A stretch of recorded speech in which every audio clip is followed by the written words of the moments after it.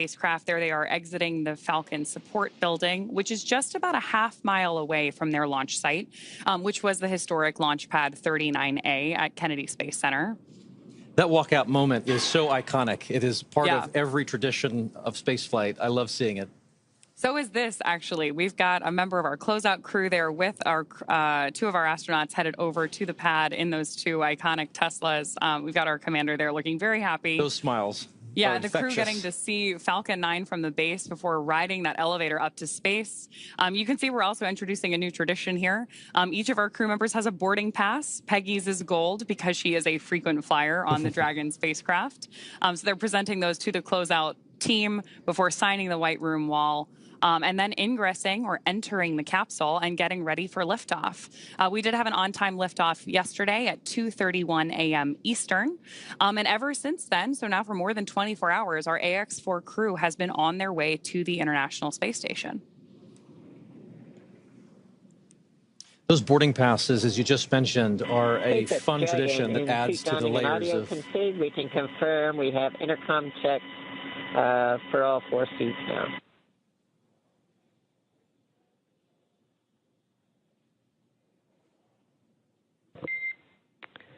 And Peggy, could you repeat your last? Just wanted to verify we had successful intercom checks, step 5.2, and suit donning and audio config. And we're just moving on. Okay, I copy successful intercom checks and suit donning and audio config complete and ready to move on. Good cut. So you'll hear us continue to talk from mission control here at SpaceX and the big loop, right? We've got NASA in the loop now, too, as we approach the ISS, to our crew on board to perform comm checks. And SpaceX Dragon suit donning and audio config is complete for all 4 crew members. And to provide status updates. SpaceX copies. 4.010 suit donning and audio config complete for all 4 crew members. So that's particularly good news for mission control because one of the things that we have our astronauts do anytime we enter a dynamic phase of flight is put on those IVA suits. So when we talk about suit donning, they've been comfortable, right? Like we had those spacesuits on for liftoff, and hopefully we'll have some shots of liftoff from yesterday here for you in a moment. But we put those spacesuits on for liftoff, and then once we're safely in orbit, the astronauts can doff or take those suits off. But now that we're approaching the International Space Station, again, we're going to don the suits, put them back on, because we're moving into that dynamic phase of flight. So we're getting some confirmation there from our crew to mission control that we're moving forward in each of these careful steps, preparing both the capsule and the AX-4 crew for docking to the ISS. And these are all good call-outs. Yeah, great to hear. Yeah. Perfect. I love it. We were talking about ingress just a moment ago. We'd love to show you shots of launch from yesterday. The teams at Kennedy Space Center, the SpaceX teams and the NASA teams, were able to get some great shots of this Falcon 9 and Dragon lifting off.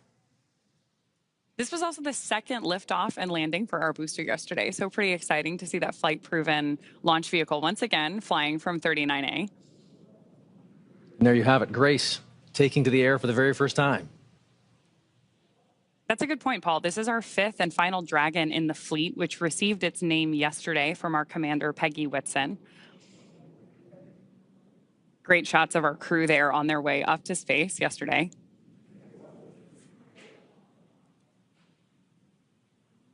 Flying with them was their zero-G indicator named Joy, and Joy has become a defining characteristic of this crew. As you saw there, the smiles and the joy on the faces of the crew members as they experienced launch, felt that acceleration, and then ultimately the lack of acceleration, the silence of microgravity at the end of all of that ascent. We then got to see them hours later on an on-orbit event as they were experiencing microgravity for the first time just a few hours ago. Dragon, SpaceX and here's a lovely on Dragon moment. to ground. ISS has completed their swap to the Bravo unit for C2V2. We're ready to try again for the big loop comm checks. If you could change your seat to destination back to ISS, and we'll give it another shot. Inward.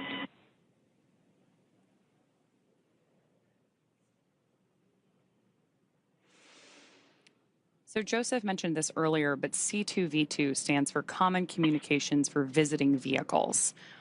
And what we're doing now is that final comm check as Dragon approaches the ISS to make sure that we're ready for our visiting vehicle. Station on the Big Loop. We are very excited to have you loud and clear, Peggy. And we are excited to hear your voice, and looking forward to seeing you guys shortly. I can't wait to see you either, Peggy. Excited you guys are here. And SpaceX copies Dragon loud and clear on the Big Loop.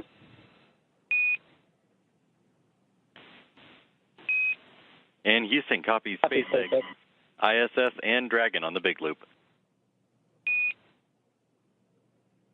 And we have you loud and clear also, Houston. So that was an awesome illustration of the Big Loop. You just heard astronauts on board the ISS talking to astronauts on board Dragon, confirmed by Mission Control here in Hawthorne, and then confirmed again by Mission Control in Houston. That is why they call it the Big Loop. We're literally going around the world. It's great. We are. Everyone checking in, confirming that we're good, that we're ready to progress. And so obviously we'll continue to listen in, and hopefully that continues to call out what we need to hear to continue forward. So we were showing you shots of the crew inside the Dragon from earlier today. This is the four of them with their spacesuits off, as you mentioned. They doffed the spacesuits. This is in their other attire.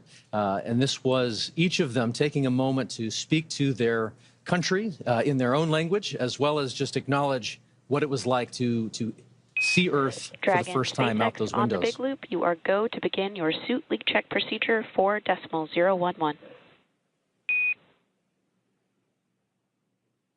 4.011 is in work.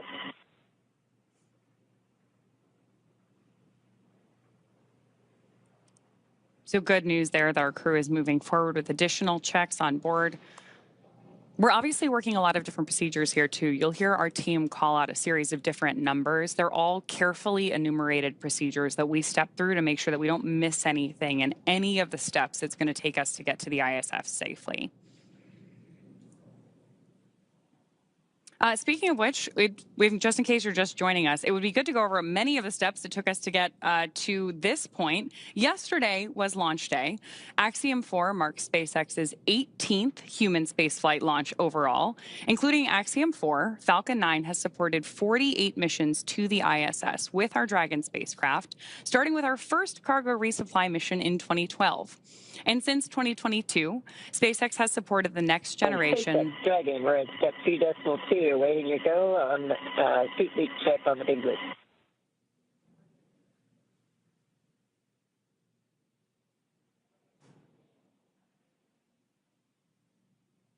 We're moving through that suit leak check procedure now. Dragon SpaceX on the Big Loop, you are go to initiate suit leak check.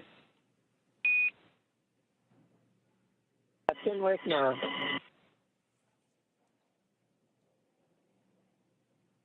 Acknowledgement there from our commander. So SpaceX has supported the next generation of commercial space exploration so far with 7 private astronaut missions as of today, with today's AX-4 mission bringing the total to 4 missions to the space station in support of Axiom Space. I love it. So AX-4 is Axiom Space's 4th mission to the International Space Station, as we've said. AX-1 was the first private crew to the International Space Station. AX-2 was known as the first private mission to feature government-sponsored astronauts, while as AX-3 was our first all-European astronaut mission to the International Space Station. And this mission realizes the return to human spaceflight for India, Poland, and Hungary. The efforts of India are conducted through the Indian Space Research Organization, or ISRO, while the efforts of Poland are as a member of the European Space Agency, or ESA. As a member of ESA, the Polish Space Agency, Polsa, has named this mission Ignis. For Hungary, this is a mission facilitated by HUNOR, which stands for Hungarian to Orbit Program. And this mission is the first mission to the space station for India, Poland, and Hungary. And after more than 40 years, this is each country's second government-sponsored human space flight ever. Missions like these are significant for a number of reasons. Each of these commercial missions builds on the last, but they facilitate a sizable amount of public and educational outreach. Medical research, intergovernmental relationships are built and fostered through these moments, and the list goes on. To be honest, there a lot of hard work goes into each of these missions to make sure that every minute is maximized. Ultimately, each one serves as a critical stepping stone on the path to providing global, sustained access to low Earth orbit. Oh, absolutely. And at SpaceX, we want to help create a future where not just hundreds of people, but thousands and ultimately millions of people can travel off Earth to live and work in space and on other planets. It all starts with missions like these. It's hard to believe that it's been 5 years since Dragon radically changed how humanity gets to space, but I am very excited to see what this mission and all the ones to follow have in store. But with that, I do want to check back in with NASA at JSC. So Joseph, let's hand it back to you. Thank you, Ronnie and Paul, and absolutely, yes, it's an incredible day to welcome the Axiom-4 to the International Space Station, and I know we've already covered so many key milestones, including what it took to get to this point right now, and arrival day is always a busy one aboard the Big Loop. We see 4 good suit leak checks. And right there, another great milestone. Another great milestone right there, 4 good suit leak checks. And we talked about that earlier about during the dynamic phases of flight, the crew puts those suits on to make sure that everything is safe and sound for them to provide that extra layer of protection as they continue to chase down the International Space Station. Now, from the space station perspective, here inside the International Space Station Flight Control Room at NASA's Johnson Space Center in Houston, Texas, arrival day is always a busy one. And this morning, with no exception, NASA's astronauts Anne McClain and Nicole Ayers are already in position inside the cupola module, and they're using specialized software to keep track of Dragon's trajectory and confirm it remains inside its designated corridor. Now, the next key milestone that we're going to keep an eye on now is a course correction or a mid-course burn that's pretty much halfway between the AI burn, which went successfully a few moments ago, and then up to Waypoint 0, which is really going to start those key gates that the Dragon Grace spacecraft will start navigating on its way towards the International Space Station and docking to that zenith port, that space-facing port of the Harmony module. Now, once Dragon is docked, Nicole Ayers of NASA will be the first one to begin the hatch opening operations. She'll start by opening the large hatch on Node 2. That's that zenith space-facing port we were talking about, and that gives the crew access to the pressurized mating adapter. From there, they'll begin pressurizing what's called the vestibule. That's the small space in between the Dragon and the space station hatches. This area was exposed to the vacuum of space before docking, so it'll need to be filled with air to be equalized with both the pressure, both for the spacecraft and anyone inside the space station to equal out and for those to pass through. Ayers will then use a small valve on the station's hatch to gradually introduce air into that vestibule. And meanwhile, the flight controllers here in Houston will be closely monitoring the pressure readings to confirm that the seal is tight and everything is leak-free before giving the go for hatch opening. Now, here inside the International Space Station Flight Control Room, the controller is already hard at work. They've been doing so all morning long and well into since the launch, really, and beyond.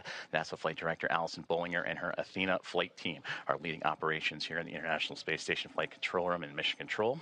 And then seated to my right, to their right is the Capcom, who you'll hear communicating to the teams on the International Space Station, a part of that big loop. You heard the comms checks multiple times between SpaceX, Dragon Grace, International Space Station, and the teams in Houston, so we're all on one single line of communication. Now, taking a look at who's aboard the International Space Station, we heard them mentioned a little bit earlier on, and currently aboard is the Expedition 73 crew members. And they are led by Commander Takuya Onishi, who is on that far right-hand side. And several members of this expedition crew have celebrated some key milestones for him. For Takuya, he celebrated 200 days in space about 2 weeks ago. Up next is NASA's Anne McClain. She is sitting right in front of Takuya on that right-hand side. She recently celebrated 300 days in orbit this past week. For Nicole Ayers, just on the other side of that Expedition 73 crew patch, she recently celebrated 100 days in space on Monday, and she and McClain are going to be the ones that are going to be monitoring the Axiom-4 team and Dragon Grace to the International Space Station. Then NASA's Johnny Kim, a flight engineer, he is on the back left-hand side of that image. Kirill Peskov of Roscosmos, a flight engineer, celebrated 100 days in space on Monday, and Sergei Ryzhikov, flight engineer, right there in the center. And then you have Alex Zubritsky, a flight engineer of Roscosmos as well.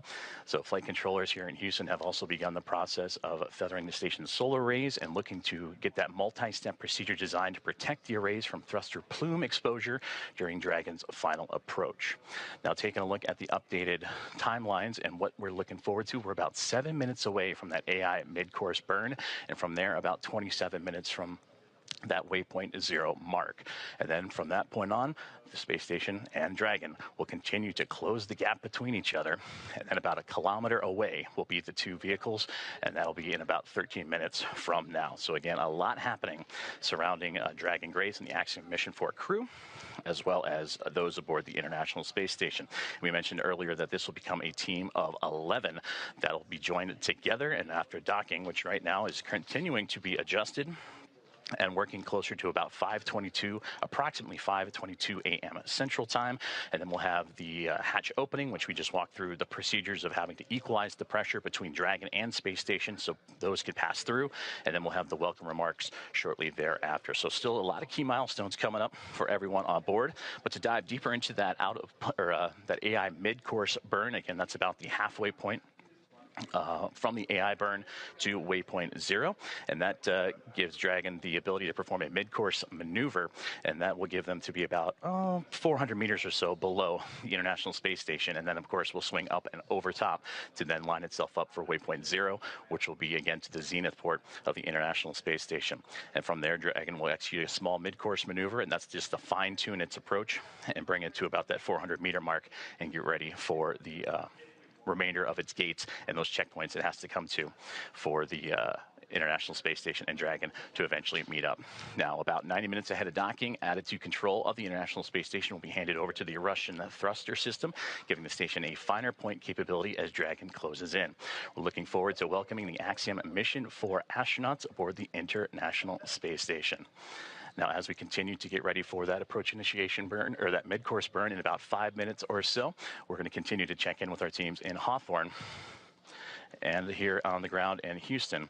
As you can see right there, the process that it took for Dragon to get to the International Space Station, starting about 45 minutes after launch yesterday with the phase burn, and then that stair-step approach to get to the front door of the International Space Station with those 5 key burns leading into the approach initiation. Now, all teams on board the International Space Station have been up and at it early this morning. We talked about the roles for Nicole Ayers as well as Ann McLean getting ready to welcome the Axiom-4 team. You heard the great communications between the two already as they're eager and anxious to welcome Peggy Whitson, the former NASA astronaut and commander of Axiom-4. She continues her record-setting mark as the most experienced astronaut, American astronaut in the history.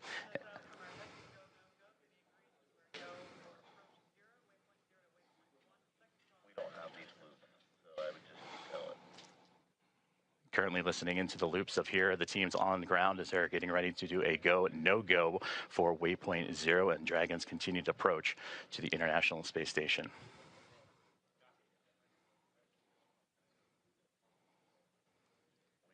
We have no views, so you're going to have to keep tap dancing, and we don't have these loops in our broadcast, so you're pausing with no loops in the broadcast.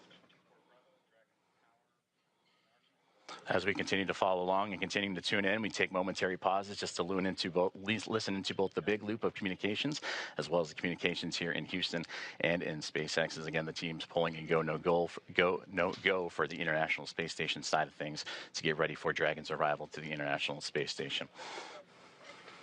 As I mentioned, once the mid-course maneuver is complete, it's then on to Waypoint 0 and getting them to that 400-meter mark. And hopefully we can take a look at a little bit of that graphic of what's to come for the Dragon Grace and the team aboard Axiom-4.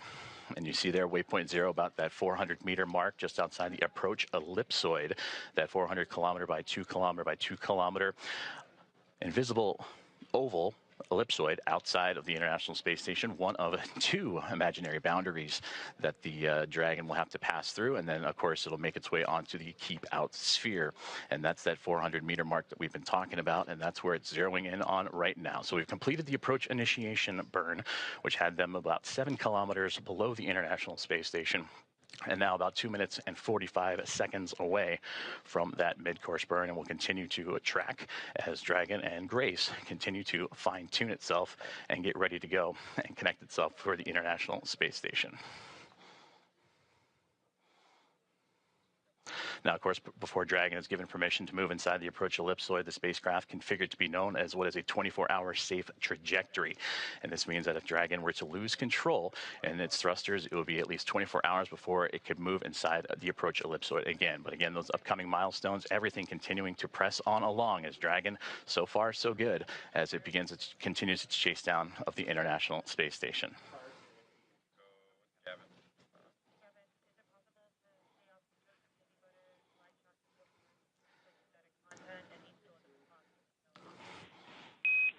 Now this maneuver continues on the big loop. We are about 1,900 meters away and about 10 minutes out from having you jump into 1.102.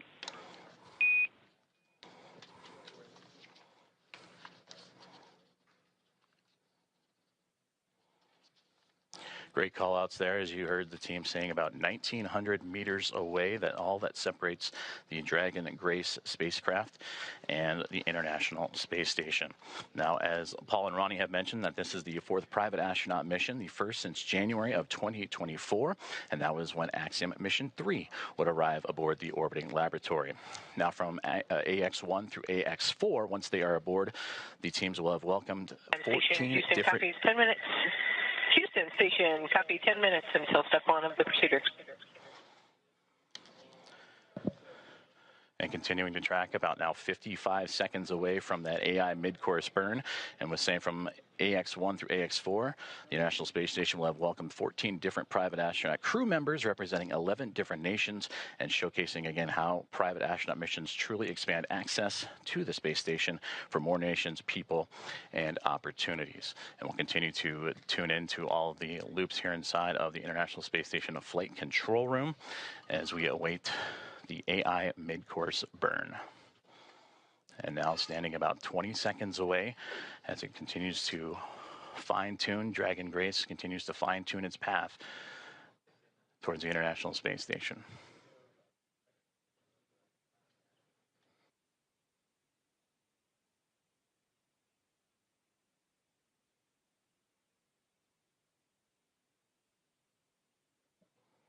And we just received confirmation that the AI mid-course burn is now in progress.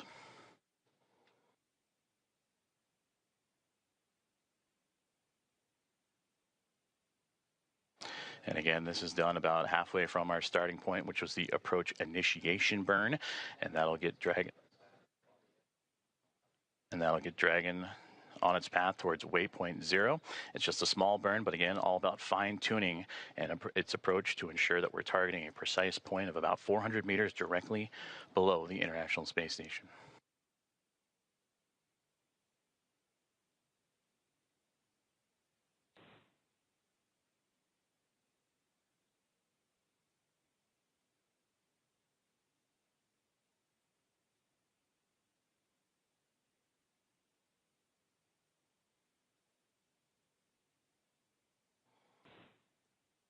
As you can see on your screen, the team on the right-hand side is those working and monitoring the AI mid-course burn, as well as the teams on the left. On the right, that is the International Space Station Mission Control Room here in Houston, Texas. And on the left-hand side, the SpaceX teams and their Mission Control Room in Hawthorne, California, as we continue to follow along with the AI mid-course burn, now a little over 1 minute and 20 seconds in.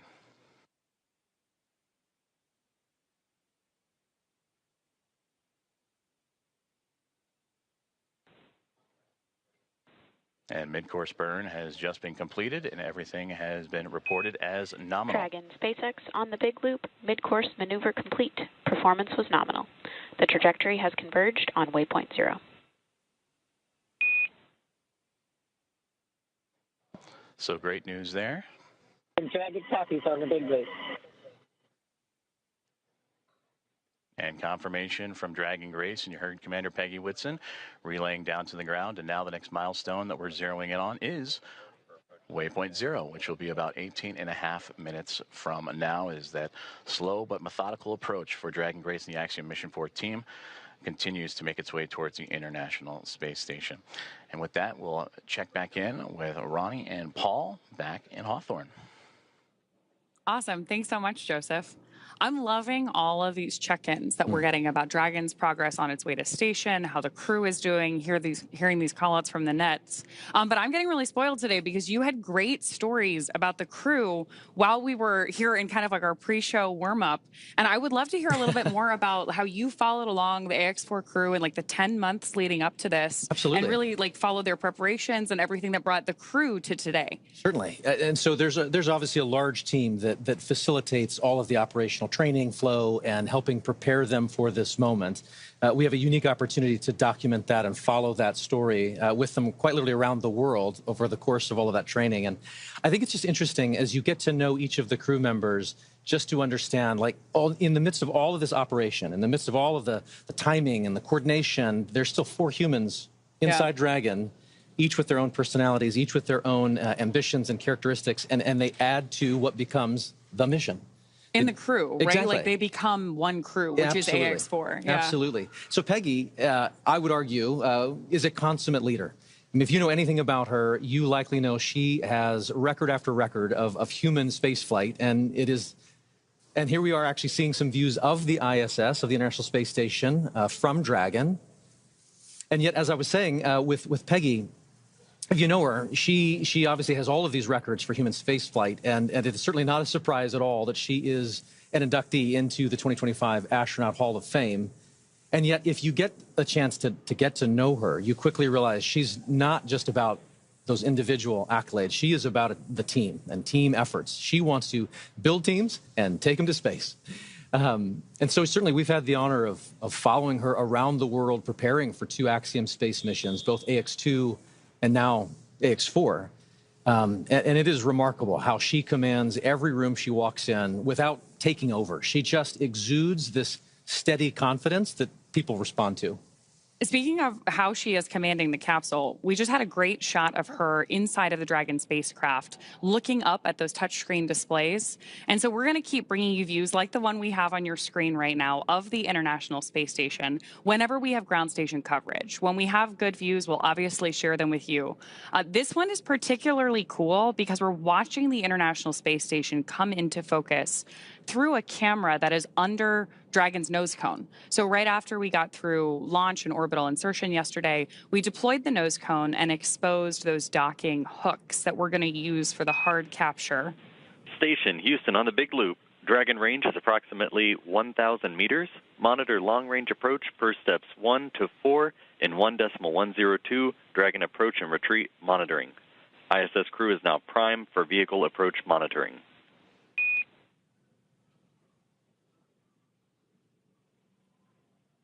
More of those joint communications on the big loop there about that approach that we're watching on our screen right now. It's pretty cool.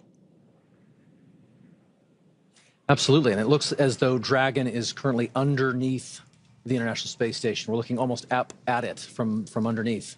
Yeah, and we had those great graphics earlier that showed how we're balancing this really careful geometry and approaching each step with these methodical burns.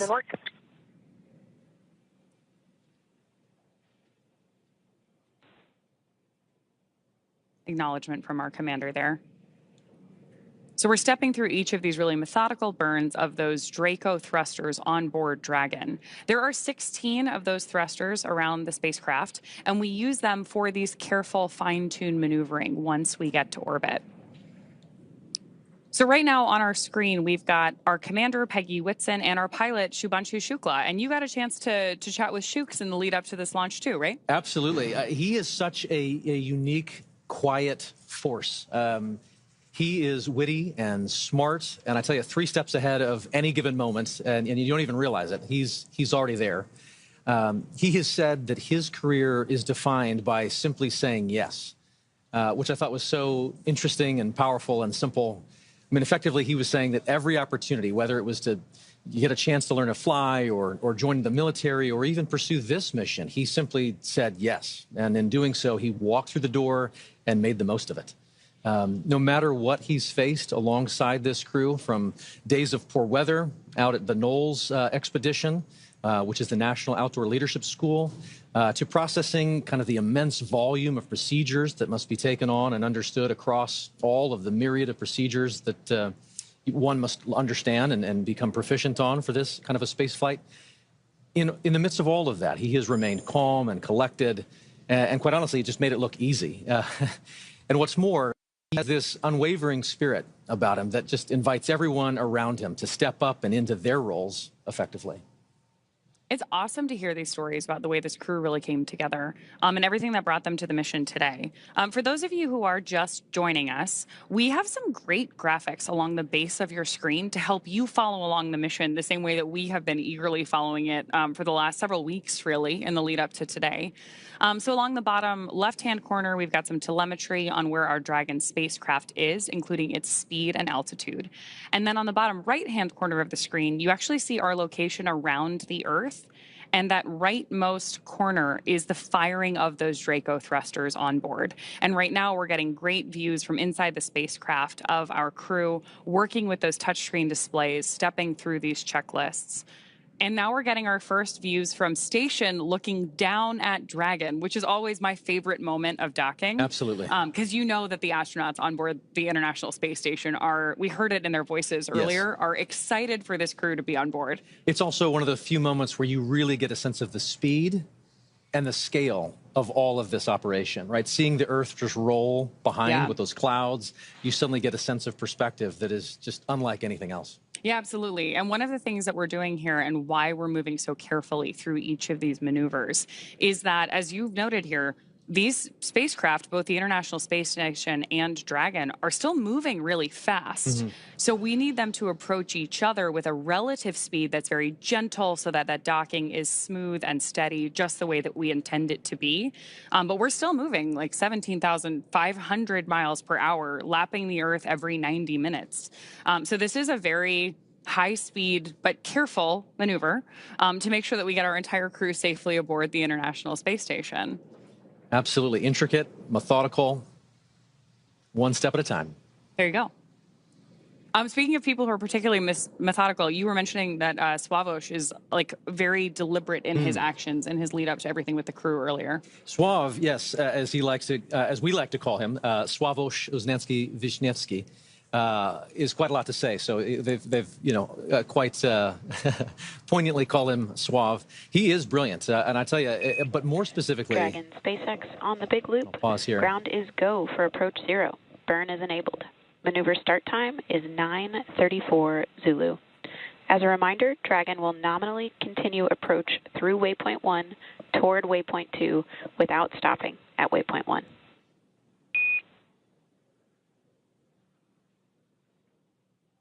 And there we have another. Dragon copies all, and we're go for the approach as well. Another call out between Core and our commander, acknowledged by Commander Peggy Whitson. And that was a cool call out too, because we told the crew that we're going to move right through Waypoint 1. Each of those waypoints are an opportunity for us to pause and make sure that everything's going well. So that means that everything's really going on track, right? We're ready to move into this next process of approaching the station. So we were talking about Sław, and just to finish that thought, I have often described him as somebody who is brilliant, but more specifically, he is curious. Sławomir is certainly one who is genuinely in pursuit of knowledge and understanding. I've actually never seen him to shy away from asking the next question. Throughout all the training, you can expect him to raise a hand and lean in, and everyone else does as a result. I mean, you just kind of get pulled into that earnest pursuit of knowledge, and he wraps it all up in a pretty good charm. He's exciting to learn beside. You know, I for one found myself wanting to lean in and learn alongside him as an outsider here. But his curiosity is probably matched only by his love for exploration and being out in the unknown. Like from sailing to hiking to kind of peering over that next ridge, he is one who is constantly seeking and experiencing something new. He has a love for this life and for this planet that is infectious. One can only imagine how that perspective is growing as he's looking out the window and seeing the Earth and perhaps even maybe the ISS at this point outside Dragon. Oh, yeah, absolutely. I mean, speaking of his love of something new, 3 of the crew members that we have on board AX-4 are first-time flyers to low Earth orbit and to the International Space Station. So very excited to hear their take on both being up there and then everything they have to share with all of us once they return. So with that, can we round out some stories here for our 4th crew member? Absolutely. So Tibor, he is an incredible thinker. You can just see him process any information and immediately then begin to put it to use. He is someone who just grabs and goes. But also, even more than that, he's someone who really feels things deeply. He cares about what this mission is. He cares about what it means for all those back home in Hungary. He's got a very high emotional intelligence, I would say. He can read the room in an instant. But I tell you, his gift to humanity is to then be able to elevate and brighten everyone around him. I don't know of a single instructor, maybe ops team member, or even medical support staffer who doesn't smile when they think of Tibor Kapu. And I also tell you, he is tireless. There is quite a lot that he is capable of and responsible for, and that is invigorating to just see him approach every step of everything he's asked to do with diligence. And there were a lot of steps in the lead up to this for our crew. Astronaut preparation is extensive, from training that's specific to each crew member's role to learning SpaceX protocols, space station systems, and preparing for the science and outreach activities they'll be conducting in space. Private astronaut training is pretty rigorous. So in addition to the work that they did in the field, like you mentioned with the National Outdoor Leadership School, or NOLS. Station Houston on the Big Loop. First step, 1 of 1.102. Can you please confirm Dragon is in sight and give us an attitude assessment?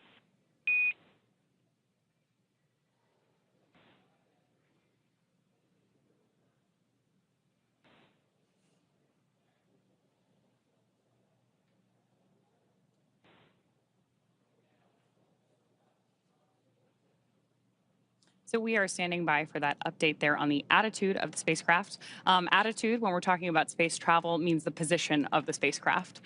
So with that, I do want to bring it back to the training, because this crew on board AX-4 spent 35 days training inside Dragon. To prepare them for flight, our teams at SpaceX spent the last several months teaching the crew about orbital mechanics and how to live inside the Dragon spacecraft.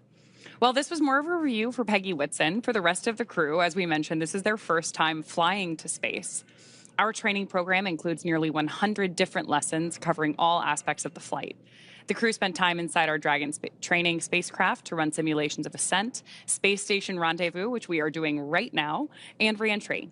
And they also spent time at the launch pad in our suit-up room and working through emergency procedures that would be necessary in the unlikely event of a pad abort. And in addition to the critical training from SpaceX associated with... on the Big Loop, com check. Houston reads you loud and clear.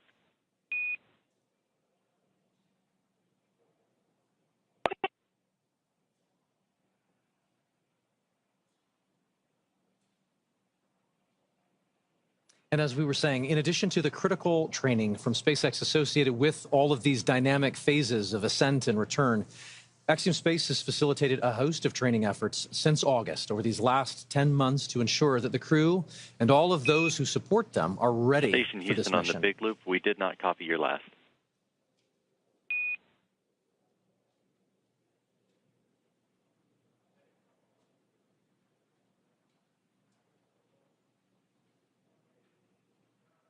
Houston Station on the Big Loop.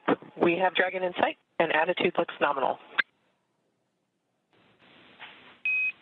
Houston copies. That's a good report. That is a great report. It's always nice to hear those confirmations, especially across the Big Loop, because we are coordinating so many teams for missions like this. Absolutely.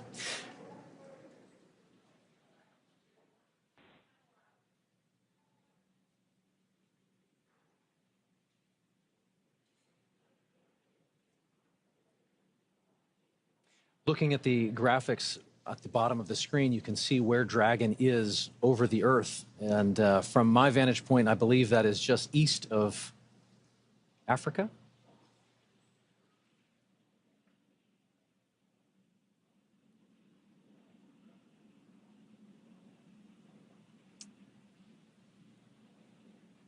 I think one of the things that's the most striking to me is that as we watch all these different visuals come into play, which again, we are bringing you whenever we have them. So when we've got good views, we're sharing them with you.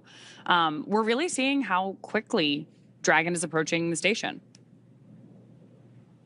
At 429 kilometers above the Earth, they are continuing to raise that elevation, that altitude, and get closer and closer to where they'll be working and living for the next 2 weeks. But again, these visuals just tell an amazing story of where we're going and what we're doing, where low Earth orbit is. It is hard to really comprehend and wrap your mind around the idea of living off planet, and yet visuals like this start to help you make that real. Oh, absolutely. And hearing commentary like we did earlier from that on-orbit check-in, it was great to hear how quickly even the crew was saying they were learning how to do things in microgravity, especially because we have so many first-time flyers on this mission. Hopefully, first time, but not the last. We have a repeat with our commander, Peggy Whitson, as well. Absolutely. A little bit of joy goes a long way, and overcoming some of those probably initial sensations and adjusting to microgravity. Shubhanshu had mentioned that it was taking a minute to kind of collect himself and find his space legs, but clearly they are all in good spirits and getting ready to get very active on board the International Space Station. Which I'm sure will also be like an acclimation process, right? Absolutely. They've gotten used to Dragon. They've been in flight now for more than a day. All told, from launch to rendezvous at the station, we're looking at about a 28-hour flight. The time is somewhat dependent on the relative position of the International Space Station to our launch site at the time that we launch. But for any time that we're rendezvousing or meeting two spacecraft in orbit, we do have an instantaneous launch window. So we know how long that trip is going to be at the moment that we lift off. And the entire crew operations plan is built around filling that time effectively so that they're well acclimated on board the Dragon spacecraft while they approach the International Space Station. But then as soon as they get on board, we'll do our welcome ceremony. And I'm sure there's an orientation for them as well. Absolutely. So they have an effective 2 weeks while they're up there. And the clock starts as soon as they get on board, right? You just mentioned the welcome ceremony. So there will be a moment once they've crossed the hatch and are officially on the International Space Station where they get to meet the other expedition crew members, have a moment to meet and greet, acknowledge the moment with a little bit of ceremony and tradition. There might even be some pinning of astronaut pins to go around. But then they get right to work. Certainly, I know that there are steps where they take to just kind of acclimate to the station, where the commander is going to take them around and make sure that they're clear on roles and responsibilities. But then again, the red line begins, and they are chasing it for the next 2 weeks, trying to accomplish a host of research efforts and outreach events. It's a full couple of weeks ahead of them. We also have a full couple of hours here ahead of us before we get to that part. Yes. We are less than a minute away from approaching Waypoint 0. So I do want to check back in with NASA. Joseph, why don't you give us an update on where our spacecraft is relative to the ISS? Thank you very much, Ronnie and Paul, as we here in the teams at the International Space Station Flight Control Room tracking the arrival to Waypoint 0 for Dragon Grace and the Axiom-4 team, which they have just now hit that mark, which means approximately 400 meters directly below the station. And we can see those wonderful views now, and you can really see that high resolution of Dragon Grace continuing its methodical approach to the International Space Station. We're still tracking a docking time of about 5:18 a.m. Central Time, 6:18 a.m. Eastern. And you mentioned the hatch opening, and then as well as the welcome remarks shortly to follow. Hatch opening roughly about 2 hours or so after the initial contact and capture. And then when the hooks drive, the 12 hooks that are on the bulkhead there of the SpaceX Dragon will connect itself and create that hard mate, sealing itself to the orbiting laboratory. And once the pressure checks and seals will be done, then everything will be pressurized and ready to go. So Waypoint 0 has been achieved, and now they're making their way on to Waypoint 1. But you heard earlier on the loops that they have received the go to proceed past Waypoint 1 and head straight on to Waypoint 2. And that means they'll continue to swing up and above the International Space Station, and then what would have been a pause at the 220-meter mark, they'll continue to press forward and look to get to about Waypoint 2. And Waypoint 2's arrival will be just right on the doorstep of the International Space Station, Dragon, about 20 SpaceX meters away. On the big loop, approach 0 has started, and the trajectory has converged on Waypoint 1. Expect arrival at Waypoint 1 at 10:09 Zulu.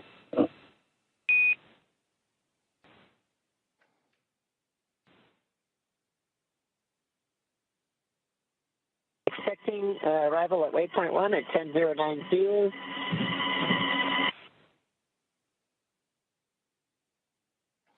And there you heard it right there, that they are continuing to move on along and get ready to approach what would be Waypoint 1, which that milestone will be in about a little less than 40 minutes from now. As you see right there on your screen, the Dragon Grace spacecraft continuing its methodical approach to the International Space Station. And of course, the 7 members aboard Space Station right now, looking forward to welcoming Commander Peggy Whitson, pilot Shimanshu Shukla, as well as mission specialists Sławomir Uznański-Wiśniewski and Tibor Kapu to the orbiting laboratory, and a welcome back to Commander Peggy Whitson. This will be her 5th time in her 5th space flight.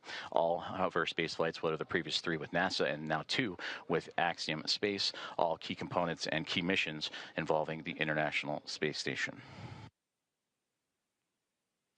And you also heard on the big loop confirmations from Nicole Ayers and Anne McLean, who are monitoring Dragon's approach. They are in the cupola. That is the famed window to the world from the International Space Station that you see so many stellar views from many astronauts that share their experiences from the cupola. That is where they're using special technology to monitor and make sure that the Dragon spacecraft stays in the exact corridor, and that makes sure that everything is remaining on track and stays in its expected zones.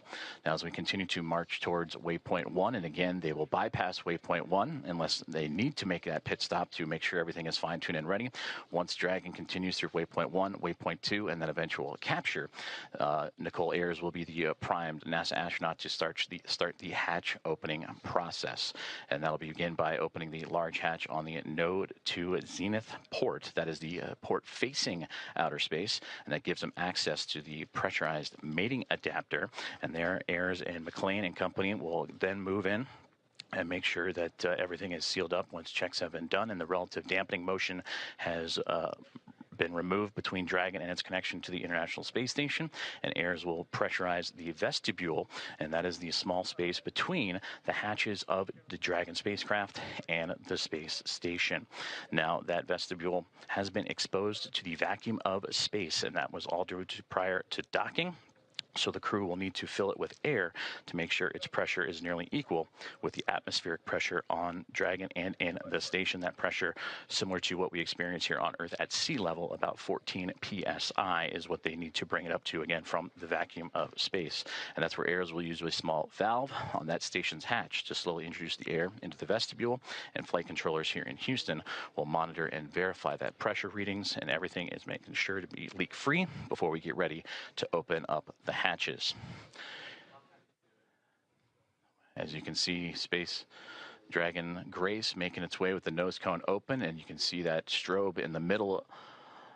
And it's always fascinating to watch. Now during an orbital daytime, you can see the sun shining brightly on the spacecraft and the thrusters firing, and you can follow along in that bottom right-hand corner which thrusters are being activated again to fine-tune Dragon's path to the International Space Station. But seeing that strobe, always fun when it illuminates from the Dragon perspective on the International Space Station, and we may get some of those great views closer to docking. And again, that docking time tracking closer to 5:18 a.m. Central Time, 6:18 a.m. Eastern, and that is where the soft capture will connect, and then the hooks will drive. The 12 hooks in 2 sets of 6 will drive and form the hard mate and bring Dragon and the space station closer together before the leak checks, the umbilicals for communication and power, everything will be connected, and then the pressurization of that vestibule from NASA astronaut Nicole Ayers and team will begin.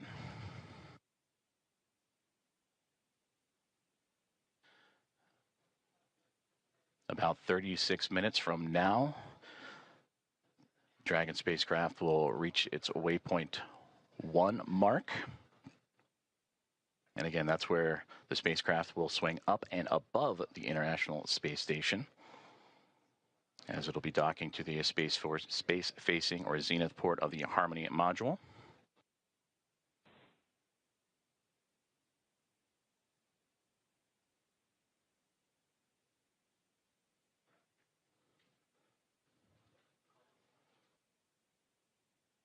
And you can see great views again of Dragon. On the big loop per block Bravo.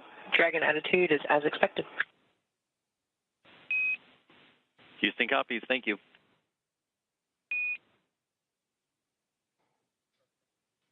And great communications there. Is everything going to plan for Dragon Grace? And you can see those thruster firings, those plumes of gases that are helping the spacecraft navigate its way from Waypoint 0 to Waypoint 1, and as mentioned, it's going to go up and over top of the International Space Station and then align itself to that zenith port, and then it'll make its way onto Waypoint 2.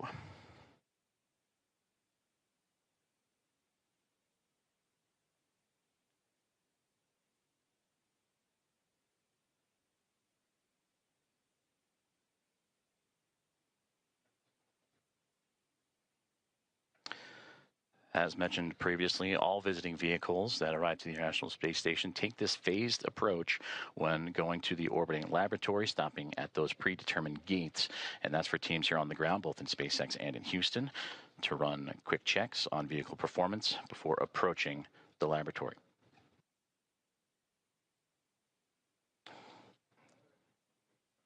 And there you can see that strobe effect that we were talking about just a moment ago as it illuminates the views from the International Space Station looking at the Dragon Grace spacecraft as it continues its methodical approach to the station, as they are now just in the southernmost regions of Australia and making its way into the Pacific Ocean.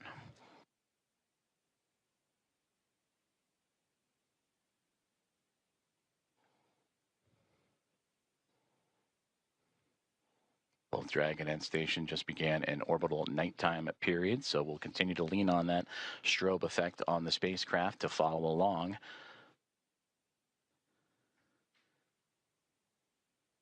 As Slow and Steady continues to win the race for these docking operations between Dragon and the International Space Station, and of course always requires a great deal of precision to make sure that we're keeping the spacecraft and the crew safe. And there's a great look inside of Dragon Grace, and then the view from the spacecraft now looking to the International Space Station, and those slight glimpses of daylight left before both the orbiting laboratory and the spacecraft completely enveloped in darkness during the orbital nighttime period. You can see the radiators. That's what's most prominent in the view of the International Space Station.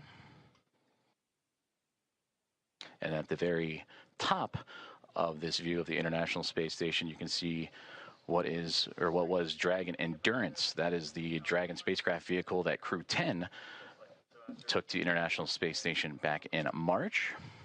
So upon docking, and once everyone is settled, you will see the International Space Station flying with both Grace and Endurance, and 5 total vehicles connected to the orbiting lab.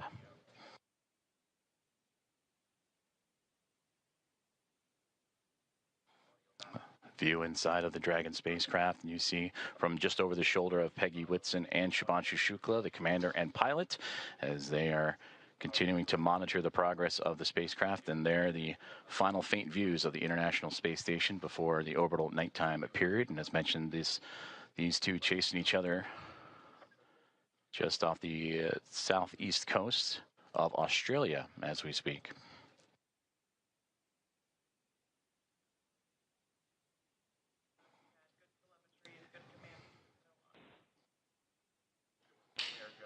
And a great view of that center screen there, where you're seeing Dragon lining itself up with the International Space Station, and the views that both pilot Shubhanshu Shukla of ISRO and Peggy Whitson, commander of Axiom-4, are monitoring.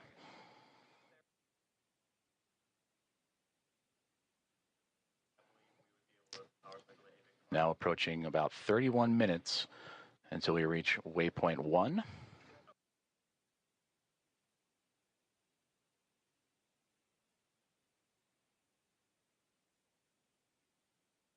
And once The spacecraft reaches Waypoint 1. It'll be about 220 meters away, a little more than 656 feet from the orbiting laboratory. Is Dragon Grace on its inaugural flight, looking to connect up to the International Space Station.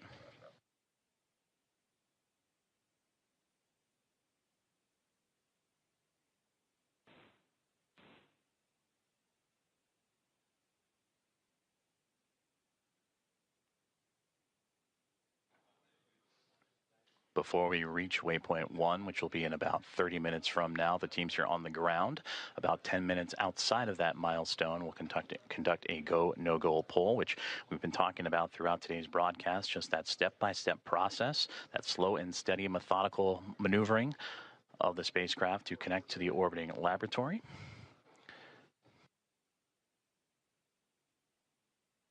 And we're continuing to follow along for an approximate docking time of 5:18 a.m. Central Time, 6:18 a.m. Eastern.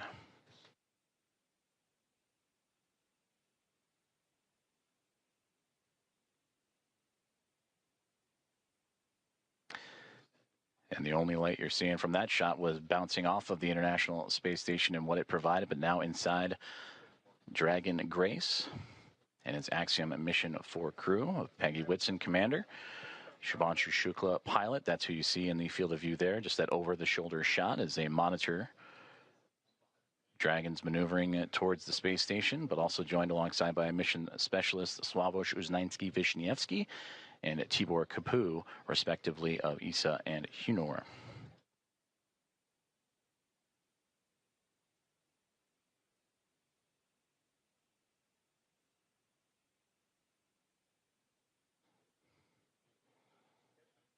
And as we continue to take a look at the orbital nighttime phasing of the International Space Station and the Dragon Grace spacecraft, you see those thruster firings continuing that methodical approach for the craft.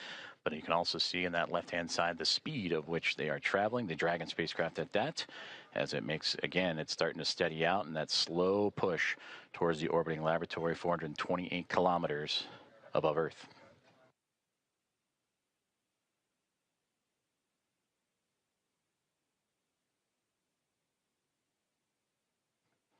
Once aboard the orbiting laboratory, the Axiom Mission 4 crew will participate in about 60 research investigations representing 31 countries, and more than 24 of those experiments supported by the ISS National Laboratory.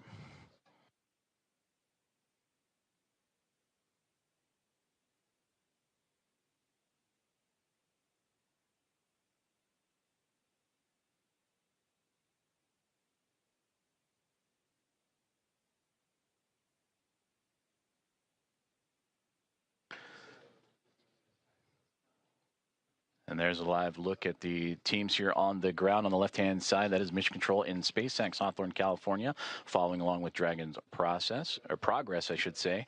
And on the right-hand side, it looks to be Axiom Space here in Houston, just down the road from Johnson Space Center, NASA's Johnson Space Center, where we are located.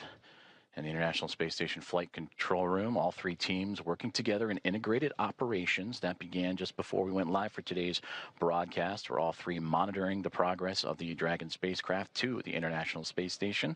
And you've been hearing communications on what is the big loop, which is that single line of comms that allow for the Dragon spacecraft and Grace to communicate with the International Space Station, but also for the teams on the ground here in Houston and in California and Hawthorne, all to communicate together. So everybody on the same page as the spacecraft continues its push towards the orbiting lab.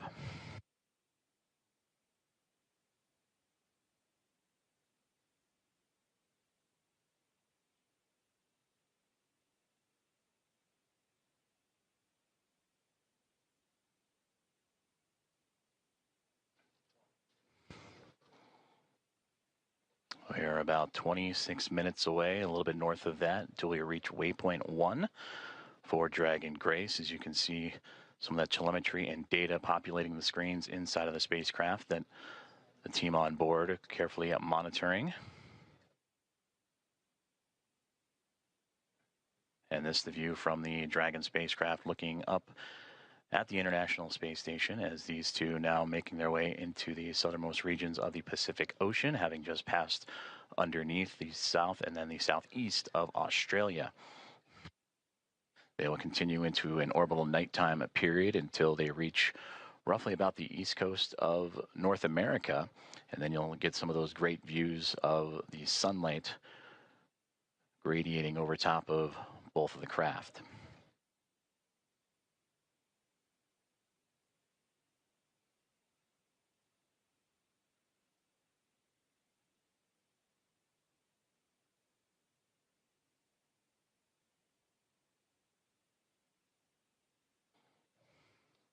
So far, everything performing nominally for the SpaceX Dragon Grace spacecraft as it continues its push towards the International Space Station, and what's been quite the journey for them. You heard earlier that this, since launch all the way up to the anticipated docking time, will be about a 28-hour process, 29 hours or so. So a lot has happened in a short amount of time as the teams in Hawthorne, California on the left and the teams on the right-hand side in Axiom Space working together with those here in Houston.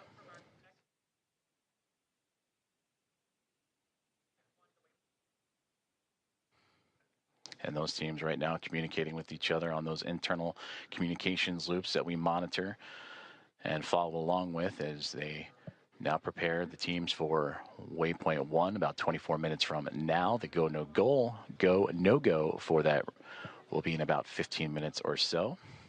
And we'll keep an ear out for those comms as, again, Dragon starting to slow down its approach towards the International Space Station, a very methodical journey that all started shortly after launch, what was yesterday morning at 1:31 a.m. Central Time, 2:31 a.m. Eastern. That saw the Axiom mission 4 team reach orbit and begin its journey to track down the International Space Station, the 4th private astronaut mission, and the first since January of 2024, when Axiom mission 3 would join the expedition aboard the orbiting laboratory.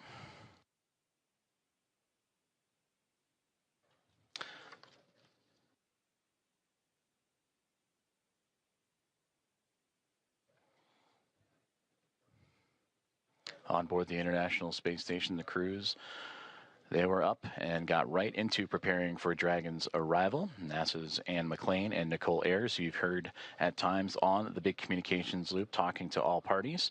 They are in the station's cupola using specialized software to track Dragon's approach and making sure it stays in the expected zones with that orbital nighttime currently enveloping the station and the Dragon spacecraft. They're keeping a close eye, and of course from the space station perspective, and we'll see it as we receive video communication, that strobing effect, that strobe light on the front, and that forward nose cone of the SpaceX Dragon to help illuminate its path and help keep track.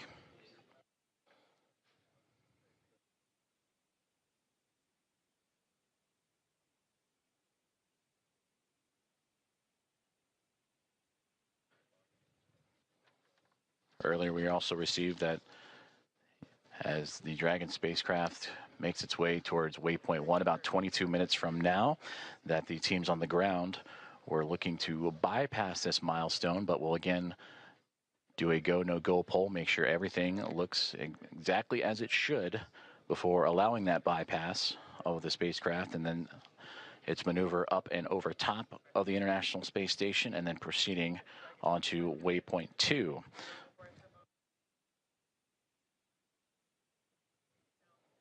And a great graphic of the International Space Station, and just below it, the Dragon spacecraft is, again, they are making their journey across the Pacific Ocean, traveling over 26,000 kilometers an hour and 420 plus kilometers above the Earth's surface.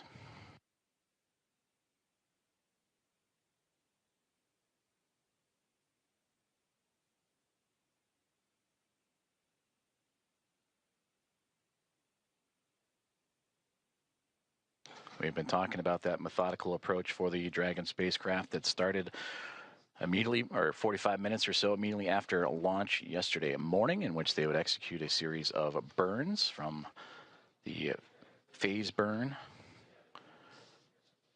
to the boost burn, co-elliptic or close burn, transfer, and co-elliptic burn. Those 5 burns allow for the stair stepping of Dragon to climb up in altitude, but also to close the gap, the distance between the International Space Station and the spacecraft itself. And that is what's led us up to this morning. The approach initiation burn started just shortly after the start of this broadcast, in which Dragon, in integrated operations with SpaceX and NASA working together with Axiom Space, all monitoring closely as Dragon Grace continues its way towards the orbiting lab and looking to turn a crew, the Expedition 73 crew of 7 into a total of 11, a full house above the orbiting lab.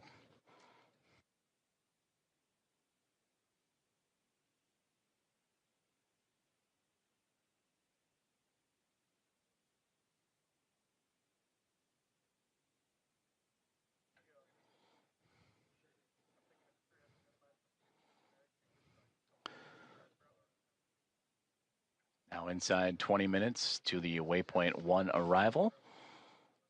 And about 10 minutes or so, the teams here inside Houston, as well as and SpaceX in Hawthorne, California, will continue to monitor and do the go, no go for Waypoint 1.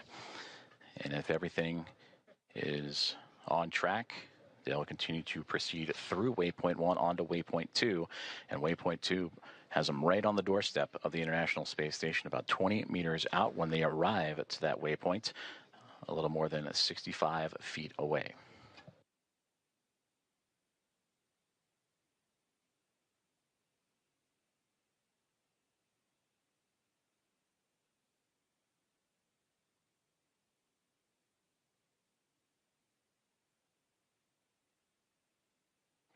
If you are just joining us, we are continuing to follow along the progress of Axiom Mission 4 and the 4 astronauts aboard, Commander Peggy Whitson, pilot Shubhanshu Shukla, and mission specialists Sławomir Uznański-Wiśniewski and Tibor Kapu, the 4th private astronaut mission and the first since January 2024 to make its way towards the International Space Station, in which they will spend approximately 2 weeks doing research investigations and outreach activities, expanding commercial space.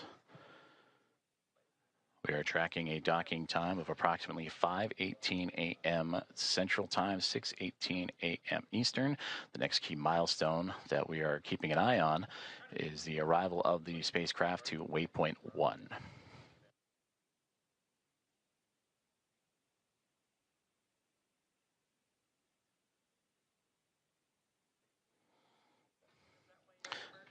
And to gain perspective, Waypoint 1 will be about 220 meters away between the Dragon spacecraft and the International Space Station.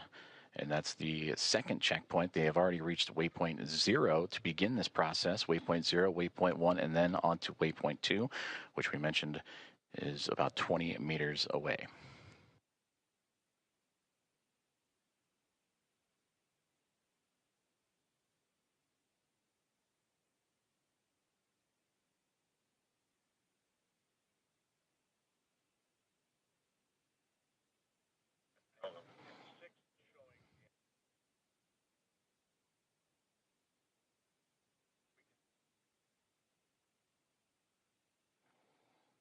Okay, set down.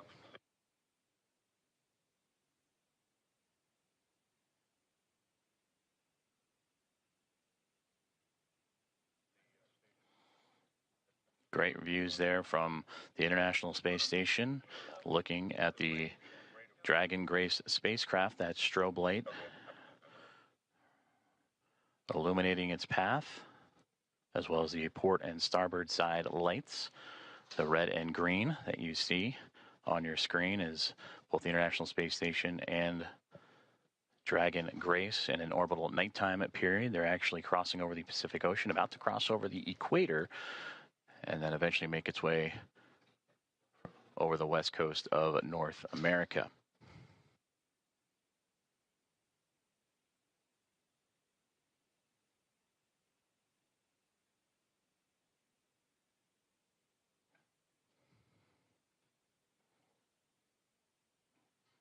we'll start to see the spacecraft and the International Space Station once again become illuminated with an orbital sunrise.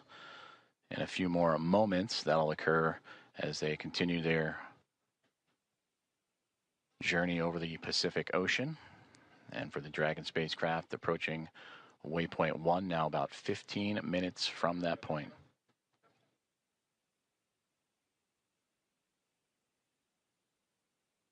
And we'll continue to bring those great views as you see that slow and steady progress of the Dragon vehicle as it continues to track down the orbiting laboratory.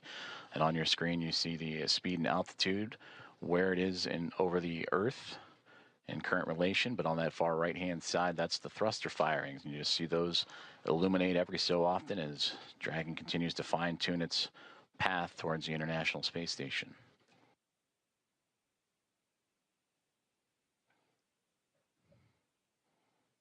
And this mission since launch approaching now 1 day, 3 hours or 3.5 hours of time. That's the time you see in the middle there, the T plus. 1 day, 3 hours, 28 minutes and 40 plus seconds. As the crew aboard, anxious and ready to join the Expedition 73 crew aboard the International Space Station. And as we take a look at those crew members and introduce them to you, that'll welcome the Axiom-4 Mission team. They're led by Commander Takuya Onishi of JAXA, the Japan Aerospace Exploration Agency, who just recently celebrated about 2 weeks ago his 200 days in space. Anne McLean, NASA flight engineer, will be there as well. Her and Nicole Ayers, the two NASA astronauts monitoring Dragon's approach to the International Space Station. For McLean, celebrating 300 days in space last week. And for Nicole Ayers, this past Monday, celebrated 100 days in microgravity. They're also joined by NASA astronaut Johnny Kim, flight engineer, and Roscosmos cosmonauts Kirill Peskov. For Peskov, he would also celebrate 100 days this past Monday as a part of the Crew 10 team. And then Roscosmos cosmonauts Sergei Ryzhikov and Alexei Zubritsky also joining the cadre of 7 astronauts and cosmonauts aboard the International Space Station.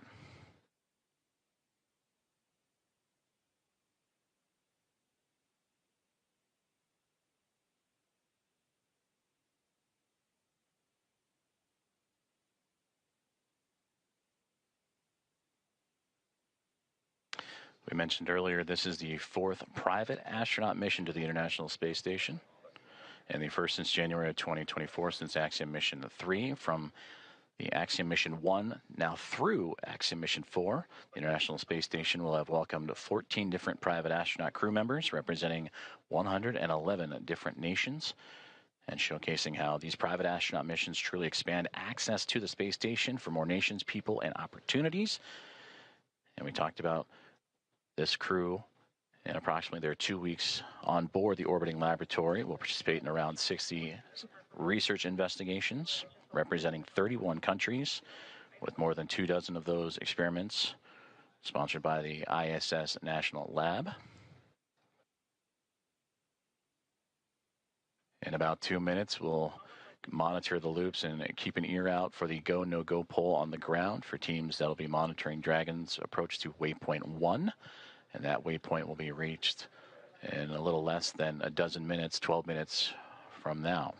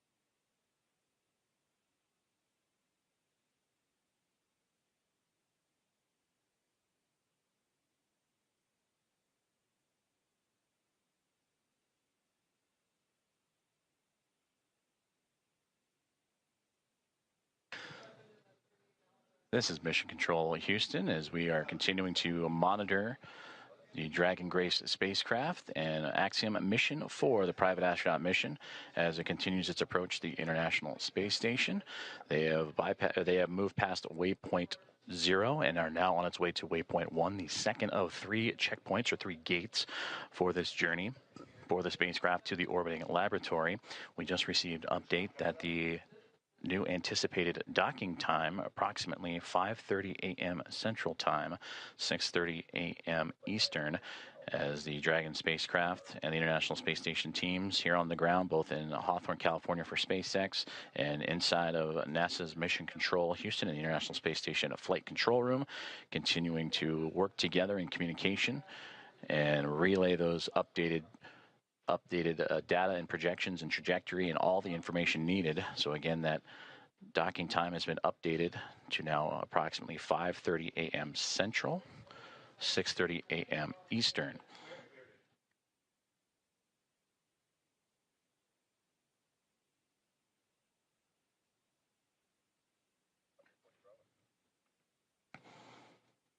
And the flight control teams here in Houston and listening in on the loops on overall communications have just pulled go for Dragon's approach to Waypoint 1. And they will reach that milestone Waypoint 1 in about 9 minutes from now.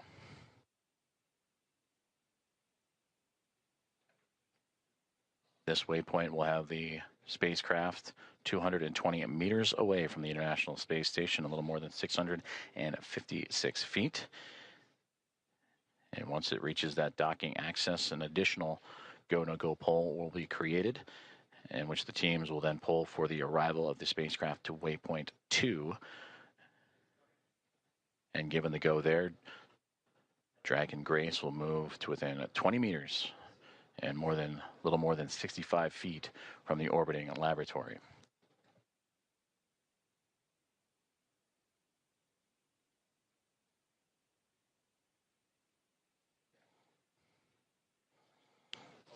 And earlier we also had communications that if everything goes to plan and Dragon continues to remain on its trajectory, that they would bypass Waypoint 1 and go straight from 0 to Waypoint 2. But once it arrives to Waypoint 1, this will be the point in the spacecraft's journey in which we will be on what we call the docking axis, which will essentially mean that it is directly in front of the docking port that it'll connect itself to. The crew are right now heading to the space-facing port on the International Space Station, node to zenith of the Harmony module. That zenith meaning it is the side of the space station facing space. So its journey brings it from underneath the International Space Station, Dragon Grace, to swinging up and over top of it, and then arriving at that docking access en route to Waypoint 2.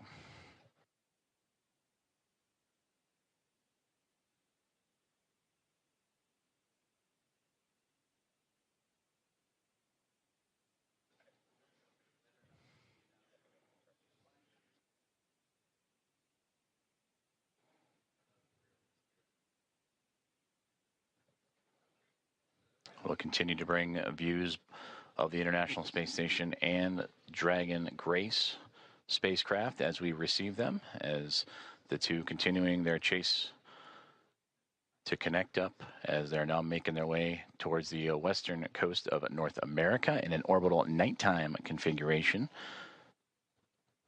And we've seen views of the Dragon spacecraft in that orbital nighttime with the strobe lights shining bright. Once it gets closer, it'll actually illuminate the International Space Station and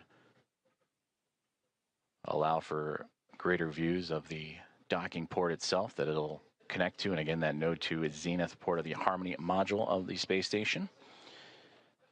And that anticipated docking time that has now recently been updated to 5:30 a.m. Central, 6:30 a.m. Eastern.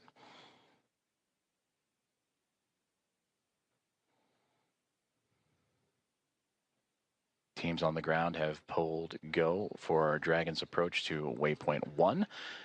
And that arrival to that checkpoint will be a little more than 5 minutes from now.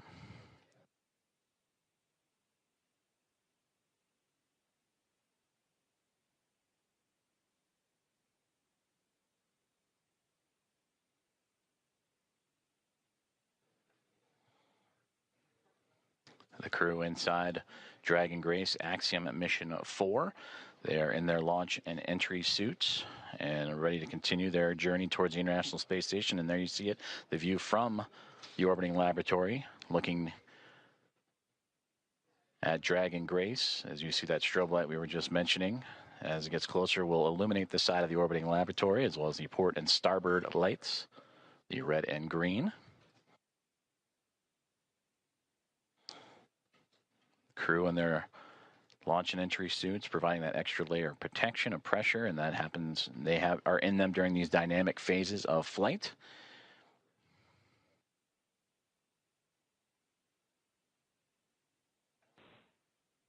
Now inside 5 minutes from Waypoint 1.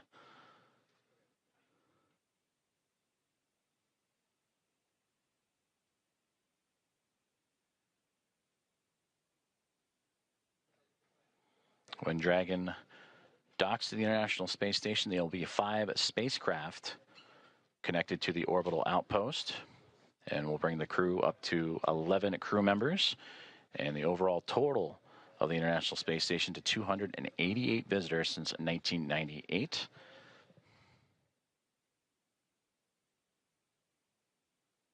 They will join the Dragon Endurance spacecraft that brought up Crew 10 back in March.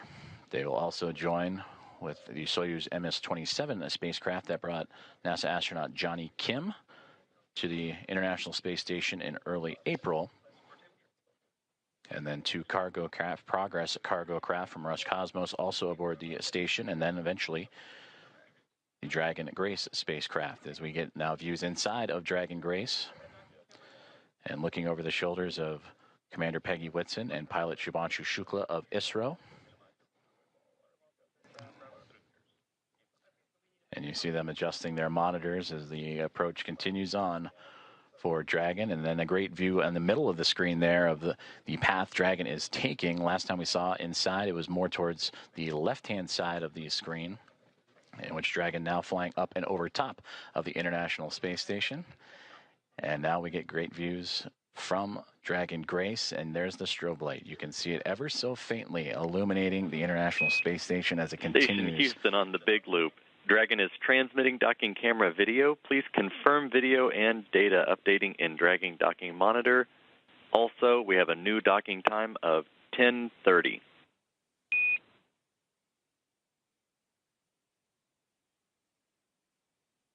Copies. We are seeing data on the Dragon docking monitor, and we copy 10:30 for the new docking time. Houston copies.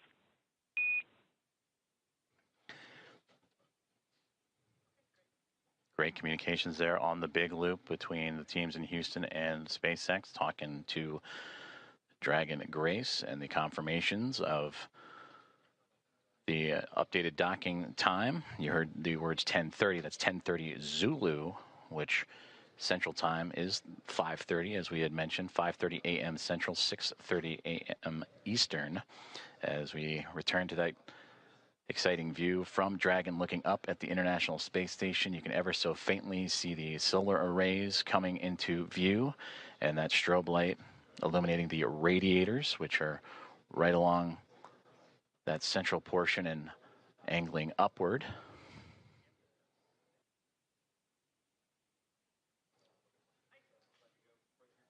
The International Space Station and the Dragon spacecraft now approaching the west coast of North America, right around the Seattle area, that border between the United States and Canada, as we are approaching 1 minute away from Waypoint 1, the second checkpoint and second series of waypoints for the spacecraft to reach to. The teams have already pulled go, but we will listen for the call outs for that Waypoint 1 arrival. Dragon SpaceX on the big loop, approach 1 and soft capture ring extension will begin shortly.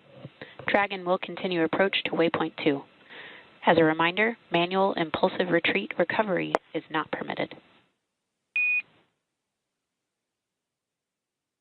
And Dragon copies all.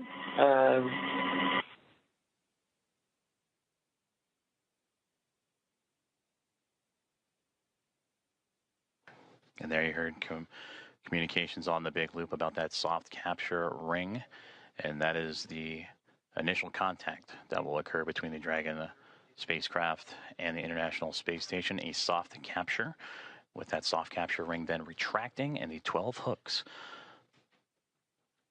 that will drive and connect and form a hard mate between the spacecraft and the International Space Station. From there, power communications will then be connected up, and astronaut Nicole Ayers will make her way into the pressurized mating adapter and get ready for hatch opening procedures, which will require bringing the vestibule, the space between the two hatches, between the International Space Station and Dragon Grace, together. And there we see the orbital sunrise making its way over top of the International Space Station as they continue their pursuit of each other, now angling over at North America.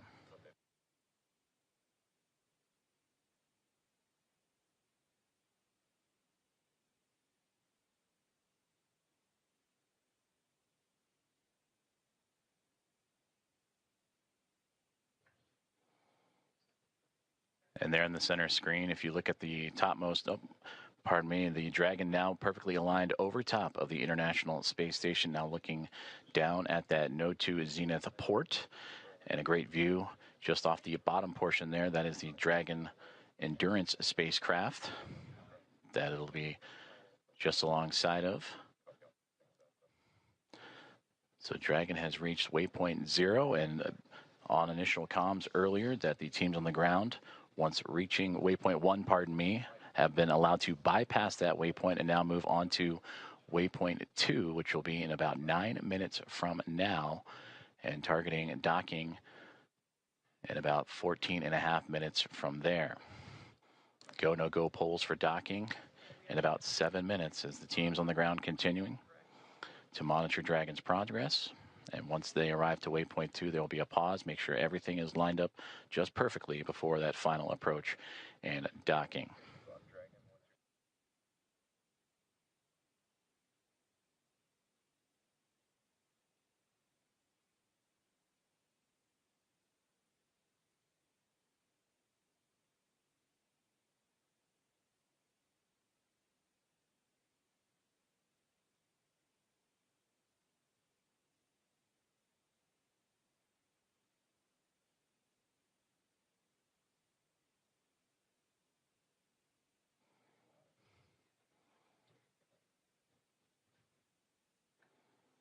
This is Mission Control Houston as Dragon Grace and the spacecraft carrying Axiom-4 and their 4 astronauts continuing their approach to the International Space Station. They have just made their way past waypoint 1, which had them at 220 meters away from the space-facing port of the International Space Station's Harmony module. And now on the path to reach waypoint 2, teams on the ground have concurred or agreed that they will take a brief pause at waypoint 2, which is 20 meters away, to make sure everything is aligned precisely. And there you see the view from Dragon and that newly illuminated International Space Station as the two craft navigating its way over North America, coming into an orbital sunrise and daytime period.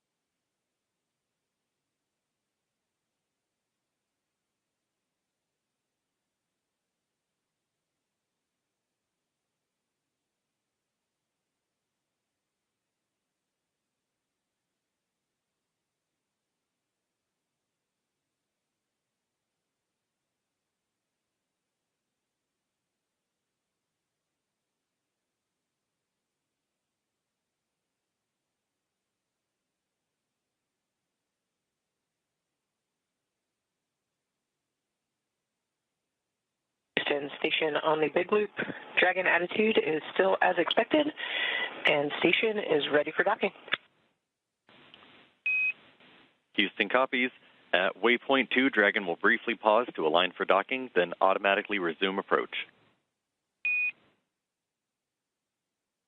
Station copies.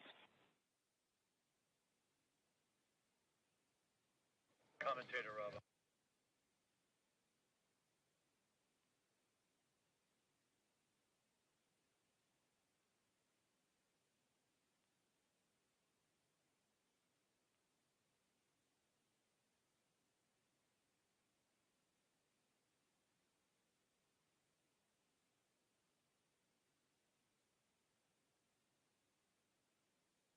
You just heard great communications on the big loop from Station and Dragon, as well as the teams in Houston and in Hawthorne for SpaceX and NASA, as the Dragon Grace spacecraft continuing its approach to the International Space Station, carrying Axiom Mission 4 Commander Peggy Whitson, pilot Shubhanshu Shukla of ISRO, Sławosz Uznański-Wiśniewski of ESA, Dragon and SpaceX Tibor. soft capture ring extension complete. Dragon will continue through Waypoint 2 without a hold. Second copies, no hold at Waypoint 2, and good rating extension. Great communications there. They were anticipating a brief hold to make sure everything aligns, but Dragon Grace continuing on what has been so far so good. A great rendezvous with the International Space Station. They will proceed to continue past Waypoint 2. And you also heard in the communications with NASA astronaut Nicole Ayers, the station ready for docking.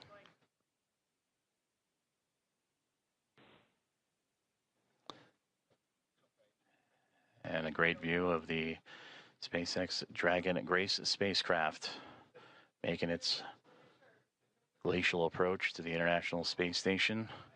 And the view from the space station looking up as it approaches the space-facing or Node 2 Zenith port of the Harmony module.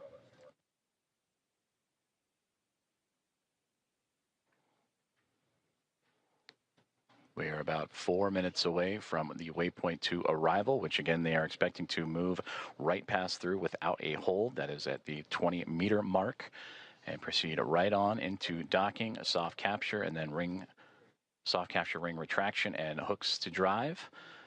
And that capture, about Dragon 8 minutes SpaceX and 47. on the big loop, ground is go for approach 2, and approach is now allowed. Reminder, ensure that visors are closed prior to Dragon's departure from the waypoint. Once Dragon is inside the crew hands-off point, retreat and breakout are not permitted.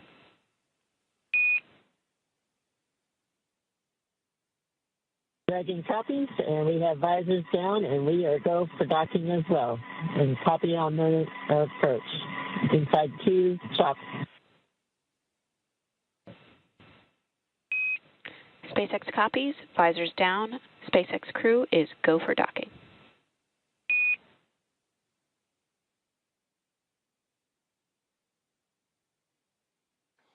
All great communications there as the communications from the ground up to the SpaceX Dragon Grace spacecraft, as visors are down on the 4 astronauts inside as they continue their approach to the International Space Station, now nearly 7 minutes away from that initial contact. Dragon and the International Space Station now making its way over the northernmost territories of North America and Canada, and heading towards the Atlantic Ocean, as we are now 7.5 minutes away from the approximate docking time, as Dragon will move smoothly past Waypoint 2, about 20 meters away.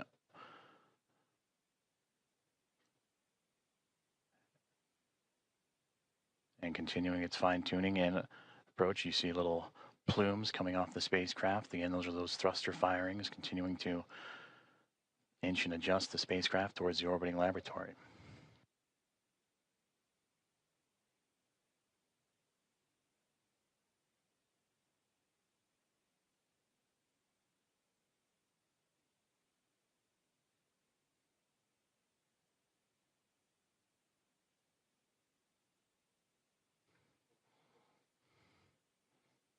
Dragon continuing to get bigger and bigger from the viewpoint of the International Space Station as Waypoint 2 about 90 seconds away, and there it'll be just a mere 20 meters away.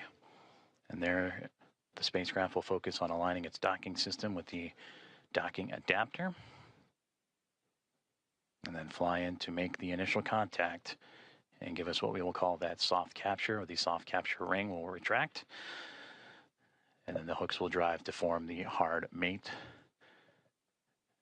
And that capture, or that initial contact, coming in about 6 minutes from now.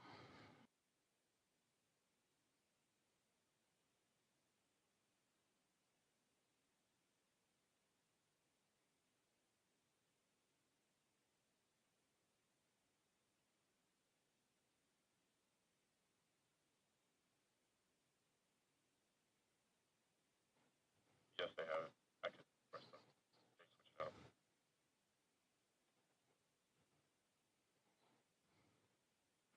Approaching 30 seconds away from Waypoint 2 arrival, in which the Dragon spacecraft will be about 20 meters away, just called out 30 meters, so continuing its close in to the International Space Station.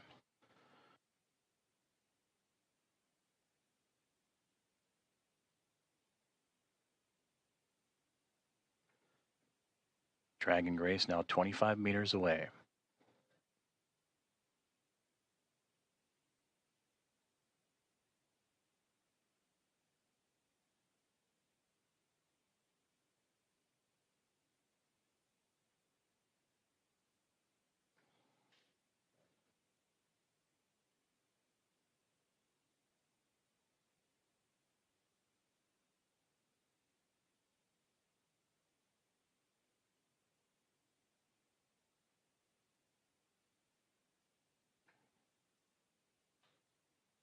Dragon has now reached Waypoint 2, 20 meters away from the International Space Station, and will continue its approach to the International Space Station.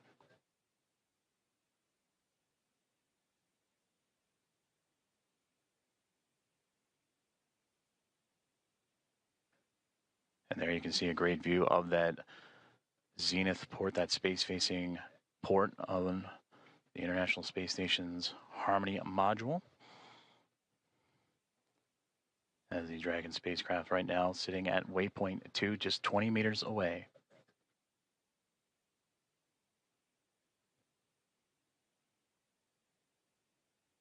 Houston station for step 4 in block Bravo. Dragon attitude is as expected. Houston copies.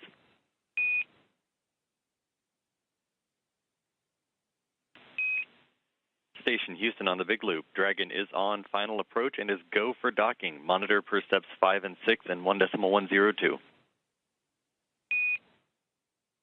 Station copies, monitoring for steps 5 and 6.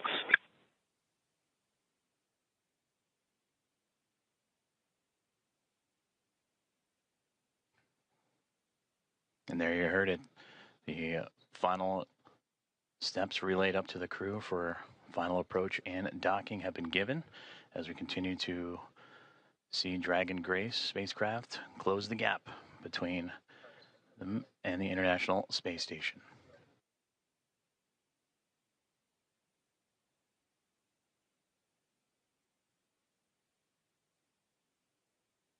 Now, just before the spacecraft reaches the international docking adapter for that soft capture, you'll hear the call out CHOP, or crew hands off point, which Dragon will continue its journey and make that initial connection, that soft capture, in those final few moments.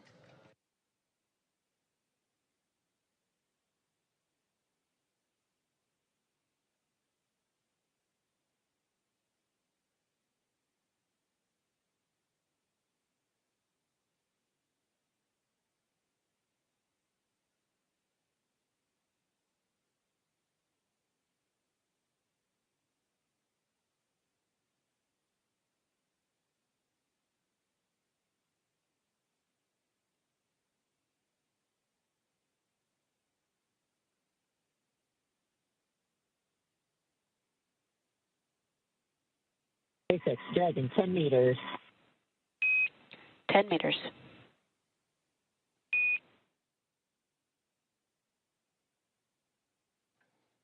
Inside 10 meters, a little less now than 30 feet away, is all that separates Dragon Grace from the International Space Station.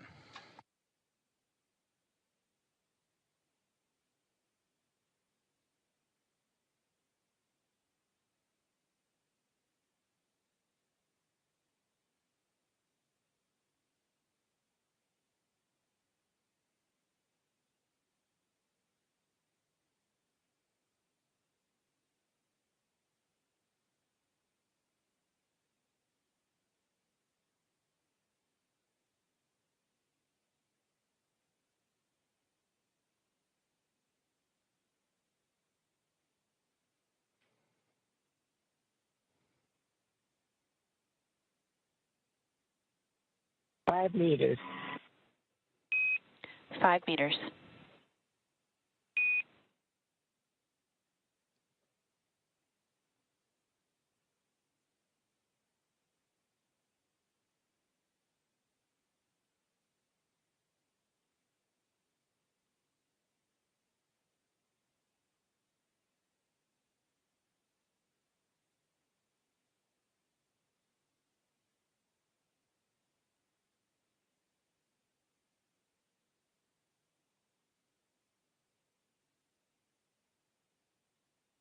Meters. Chop. 2 meters. Station, 2 meters, chop. We have chop. 1 meter. 1 meter.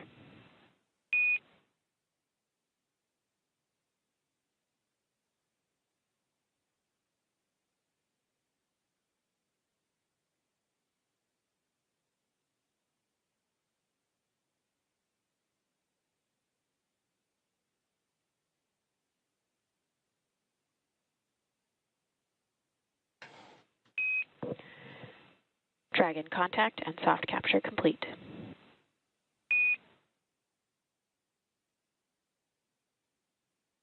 Copy.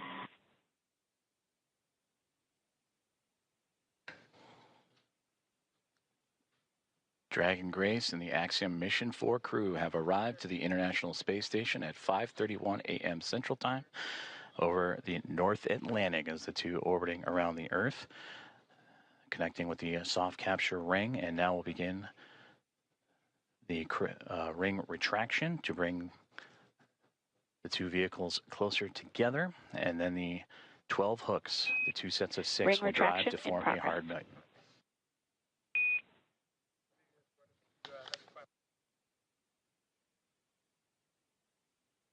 And there you heard there, the soft capture ring is retracting, and then we'll do so until sensors are indicating it's time for those hooks to drive in place and give us a hard capture and firmly secure Dragon to station.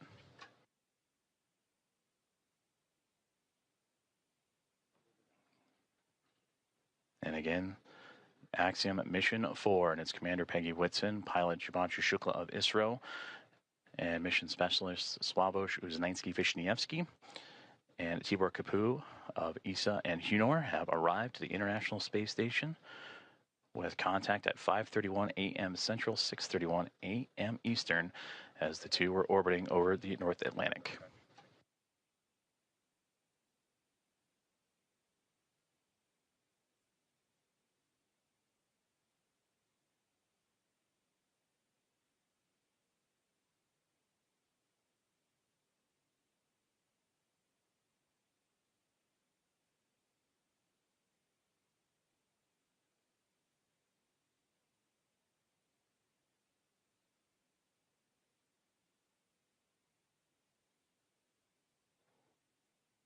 The soft capture ring, that initial contact between Dragon Grace and the International Space Station, continuing to retract, and we'll await for the calls that the sensors read that it will be time for those 12 hooks on the Dragon to then begin driving and connecting itself to form a hard mate to the International Space Station.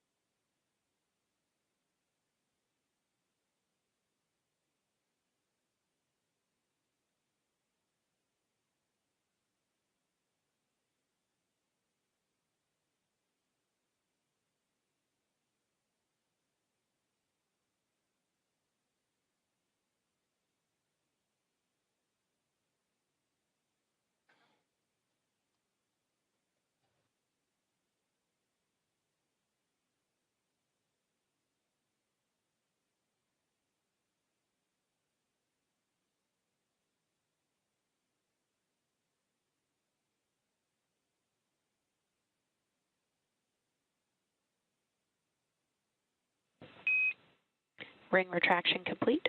Docking sequence is holding for MCS reconfiguration.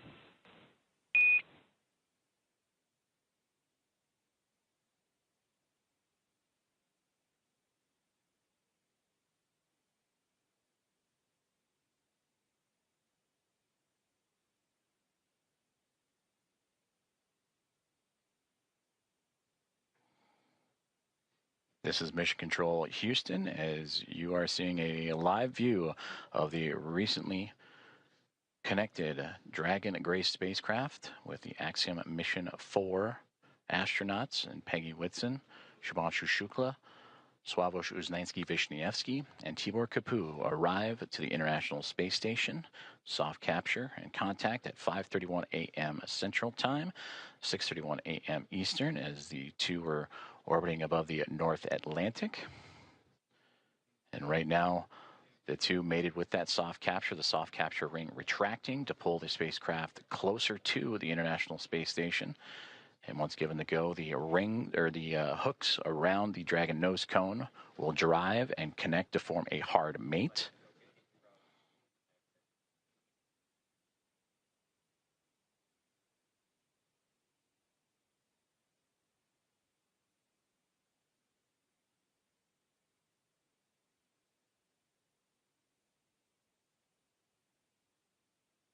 Teams on the ground in both Houston. Station Houston on the big loop. MCS configured, proceeding with hook driving.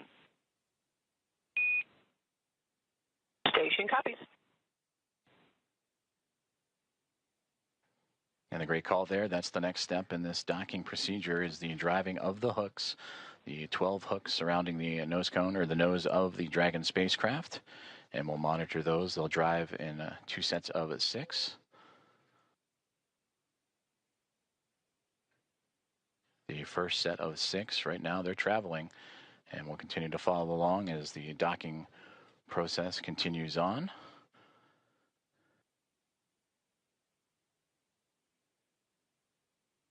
And then after that first set of 6, the second set will drive and connect Dragon to form a hard mate to the International Space Station.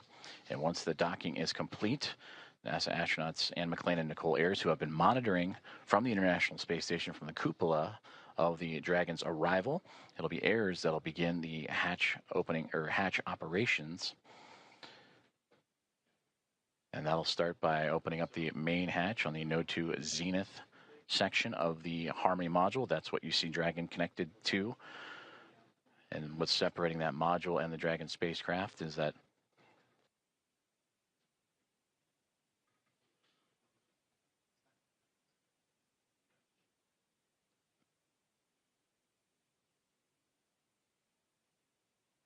and continuing to monitor that first set of 6 hooks forming that hard mate.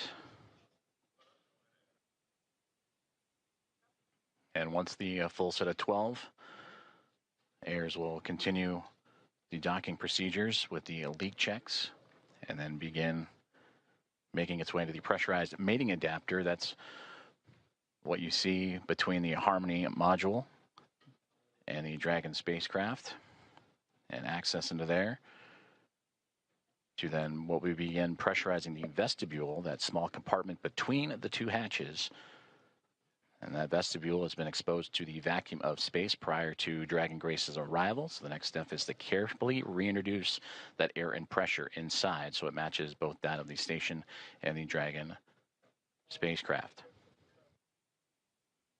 And we just received confirmation that the first set of 6 hooks have driven and closed, and we'll now begin the second set of 6 to continue that hard mate between the Dragon spacecraft and the International Space Station.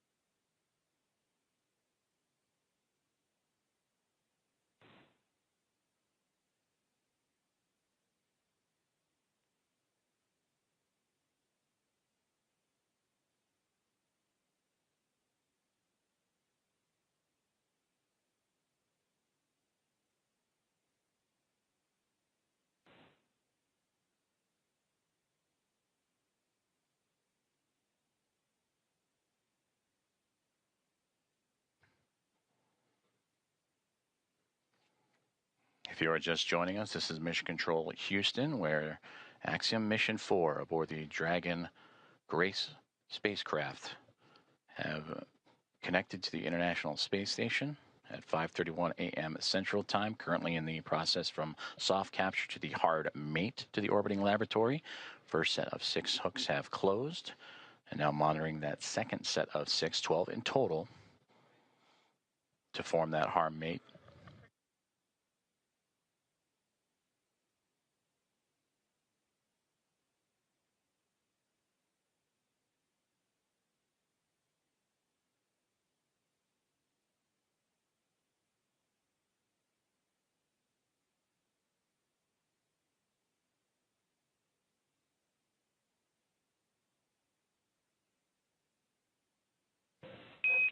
Dragon, SpaceX on the big loop, hard capture complete.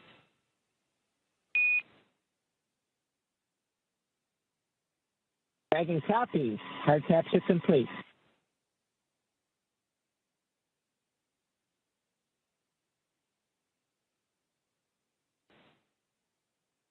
And we just heard confirmation there. All 12 hooks have closed, and that is a hard mate to the Dragon Grace spacecraft and the International Space Station, completing from soft capture to that hard mate. And these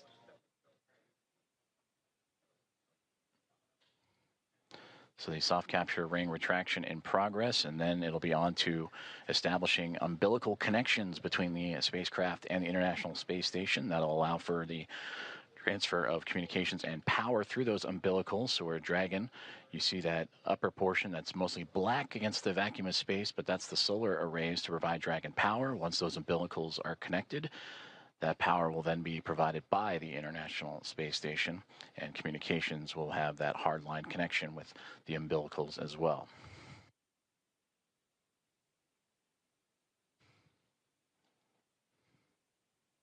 And once those umbilicals have been connected, that'll complete the docking process, and that's when NASA astronauts Anne McClain and Nicole Ayers, namely Ayers, will jump into action and begin the leak checks and hatch opening procedures. And that'll allow the pressurization of the vestibule, the space between the Dragon spacecraft and the International Space Station, to be brought to pressure equal to that of what is inside station and inside the Dragon spacecraft, about 14 psi, what you experience here on Earth as sea level.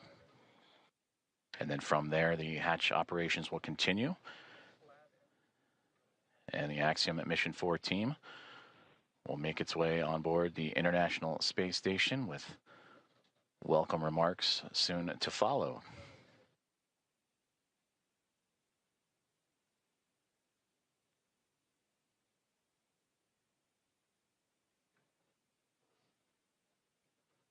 Soft capture ring has now been stowed away, and the umbilicals are in motion again to connect Dragon Grace and the International Space Station, providing that communications, that direct line of communications and power.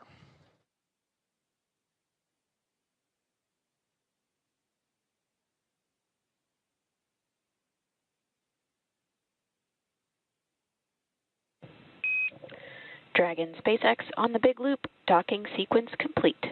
Ground will be enabling hardline power and comm connections shortly. You are go to DOF suits per procedure 4.012 and begin post-docking cabin configuration per 4.400 in parallel. Kentucky, docking complete. 4.012 and 4.400 are in work, and Grace is happy to be on Harmony.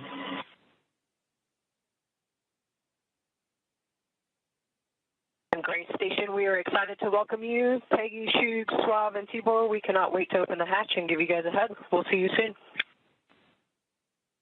Looking forward to it.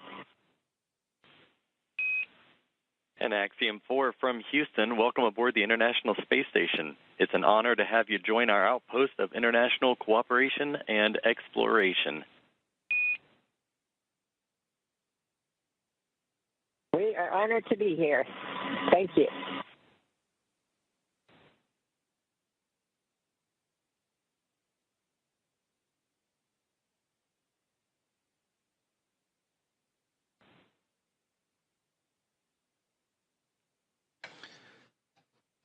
Very exciting moment for all those aboard.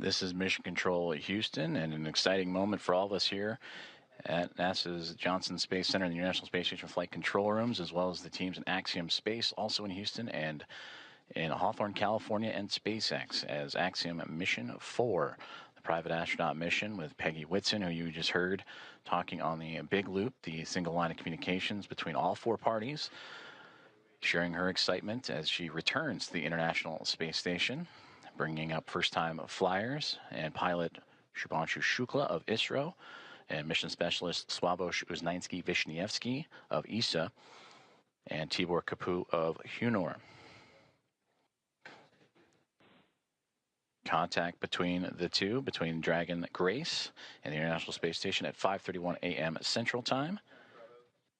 And now that the hooks have connected, all 12 and umbilicals deployed, providing power and communications. Now the team inside the International Space Station, namely Nicole Ayers, is going to start beginning the hatch opening procedures. And now that we're docked, she will secure some hardware and then move right into those operations. And first we'll open the large hatch at the Node 2 Zenith, or the space-facing port side of the Harmony module, and that's what you see, similar to where that NASA logo is. That's the Harmony module that the pressurized mating adapter is jettisoning up into and connecting to the Dragon Grace spacecraft. And then from there, she'll traverse into that pressurized mating adapter, and we'll begin pressurizing the vestibule, which is that small space between the hatches on Dragon and the space station. And we have talked about this has been exposed to vacuum prior to docking, and we'll need to fill that space with air to make sure that pressure is equal with the atmospheric pressures on Dragon and the International Space Station. Also putting away some hardware in the process, including the docking across. And Ayers will use a small valve on the station's hatch to slowly introduce that air into the vestibule. And flight controllers here in Houston will continue to monitor the pressure and temperature readings inside and verify that everything is A-OK and leak-free before we get ready to open up the hatches.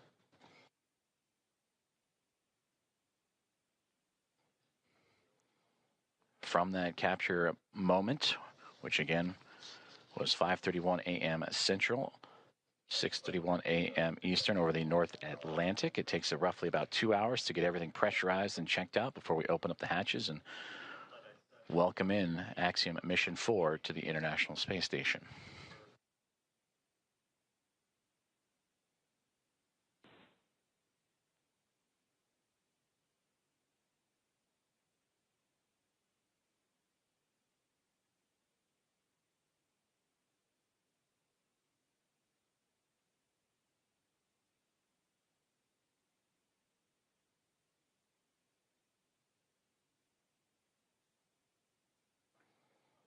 Commentator and producer SpaceX Dragon on the big loop. Com check on the cabin mic. Peggy, I have you loud and clear on the cabin mic on the big loop.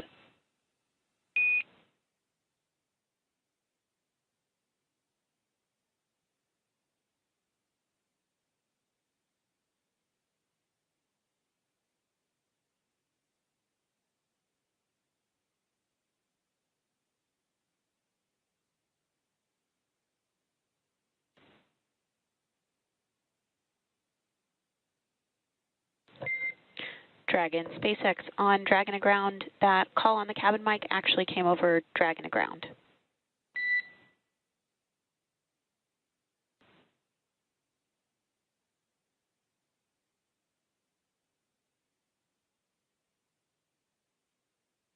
Thanks for the catch. We reconfigured.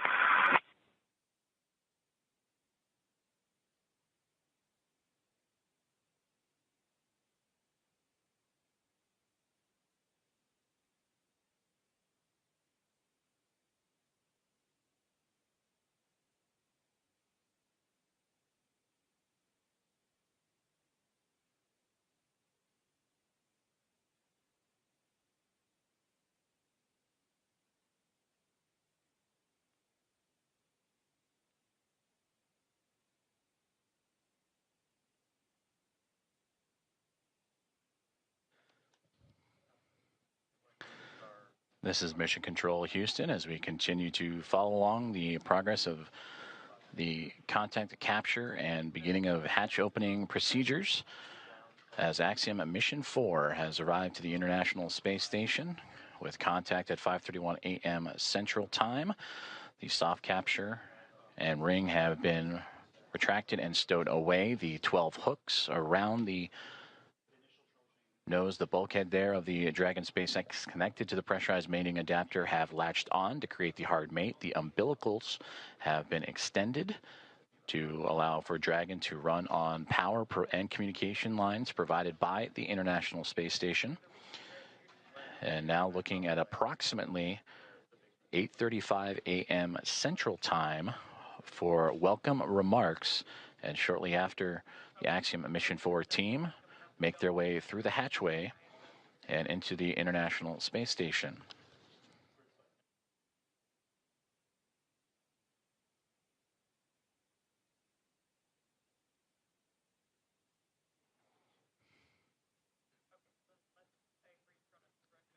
The docking procedures between the soft capture ring, the hooks, and umbilicals have been completed. Station on the big loop.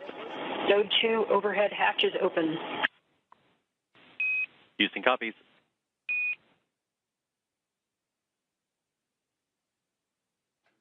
And a good call there down from NASA astronaut Nicole Ayers saying that she has opened up the hatch for the Node 2 Zenith way, the space-facing side of the Harmony module, to give her access to the pressurized mating adapter. And there she will cruise in to begin work on the hatch opening procedures and pressurizing Station and the vestibule. Dragon, Houston on the big loop. We are troubleshooting the big loop audio comm issues from earlier, and the action we're about to take will take down big loop comm between ISS and the Axiom crew for about 5 minutes. We may require additional comm checks after.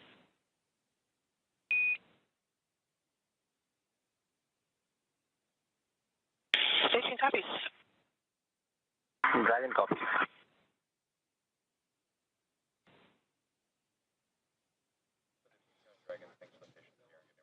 Communications there on the big loop between the teams here in Houston and up to the International Space Station as they troubleshoot some communications, and the big loop that you have been hearing that have connected everyone here inside of Mission Control Houston and the International Space Station Flight Control Room, those aboard the space station and inside the SpaceX Dragon Grace spacecraft, and the teams in Hawthorne, California, those 4 parties, that's the big loop.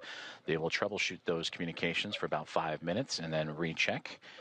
But you heard just prior to that NASA astronauts Anne McLean and Nicole Ayers have begun the hatch opening procedures, in which the large hatch at the Node 2 Zenith, that's the space-facing side of the Harmony module, has been opened, and that will allow for them to begin the hatch opening procedures and pressurize the vestibule, which is what, in addition to the comms checks, we will monitor, as Ayers will use a small valve on the station's hatch to slowly introduce air into the vestibule. That's the gap between the Dragon spacecraft and the International Space Station that has been exposed to vacuum.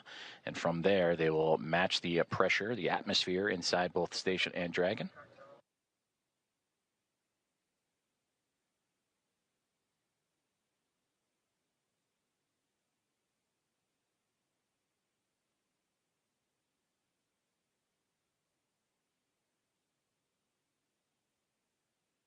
And this procedure for a hatch opening usually takes about 2 hours or so to perform leak checks and make sure every connection and everything Houston is safe station and sealed. on the big loop. In step 2.4, the time is 10:56. The APAS equalization valve is back closed.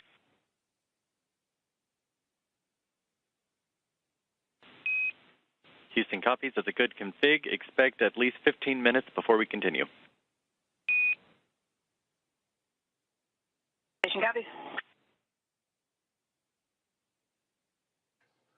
And that communication between the International Space Station and the International Space Station Flight Control Room. And you heard the word APAS hatch. That is the hatch, again, that they will be operating and looking to open up from the space station side. But in doing so, they will need to pressurize, as we've been talking about, the vestibule, and then allow for the atmospheres to match between the Dragon Grace spacecraft and Axiom Mission 4 crew, the vestibule itself, and the International Space Station, all equal throughout to allow for the parties to pass through for the hatch opening and eventual welcome remarks. The contact for Axiom Mission 4 to the International Space Station about a half an hour ago at 5:31 a.m. Central, 6:31 a.m. Eastern. And as they continue to configure the hatch opening procedures for NASA astronaut Ann McClain and Nicole Ayers, between the two of them, we'll continue to work those procedures, and we'll hear those communications throughout in anticipation of Axiom Mission 4 and Commander Peggy Whitson making her return to the International Space Station, her 5th flight, second as a member of Axiom Space and the commander of Axiom Mission 4, and her previous 3 as a NASA astronaut servicing key missions to the International Space Station. And a big part of the coming up in November, 25 years of continuous operations and humans on board the orbiting laboratory. And there she will welcome also first-time flyers and pilot Shubhanshu Shukla of ISRO, Sławomir Uznański-Wiśniewski of ESA, and Tibor Kapu of Hunor for Shukla, Uznański, Wiśniewski, and Kapu representing India, Poland, and Hungary. This will be those nations' first time visiting the orbiting laboratory.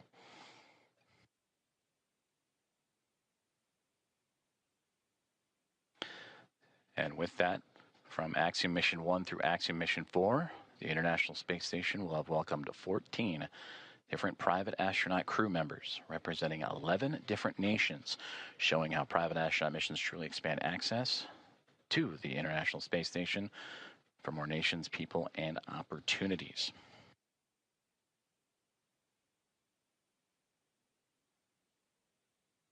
And on your screen, you see the clock counting upwards at the bottom, the T+, that is 1 day, 4 hours, 28 minutes, and now SpaceX Dragon.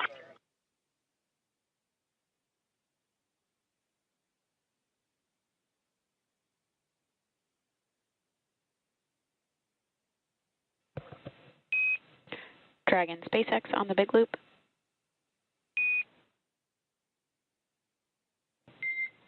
Dragon SpaceX comm check on Dragon to ground.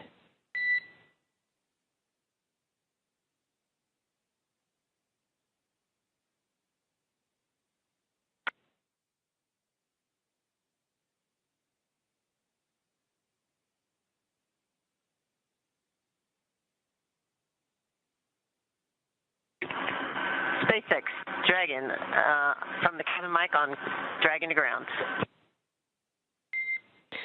Peggy, I'm with you on Dragon to ground.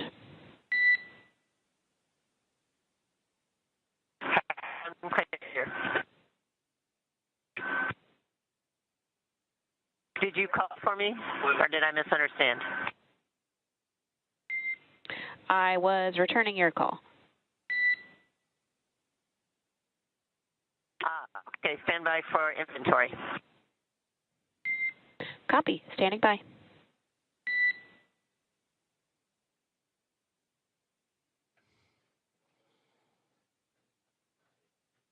comm checks and communications there between the teams in Hawthorne, California and SpaceX and the SpaceX Dragon Grace spacecraft.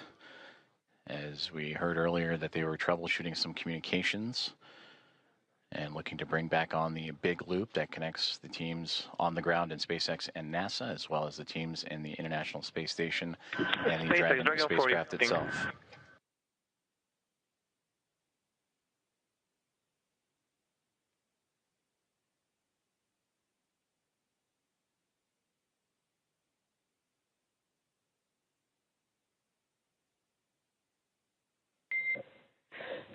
SpaceX Dragon 4, inventory reporting on Dragon to ground. And I'm with you on Dragon to ground. We are about to enter a LOS period for about 4 minutes, so we'll need to stand by.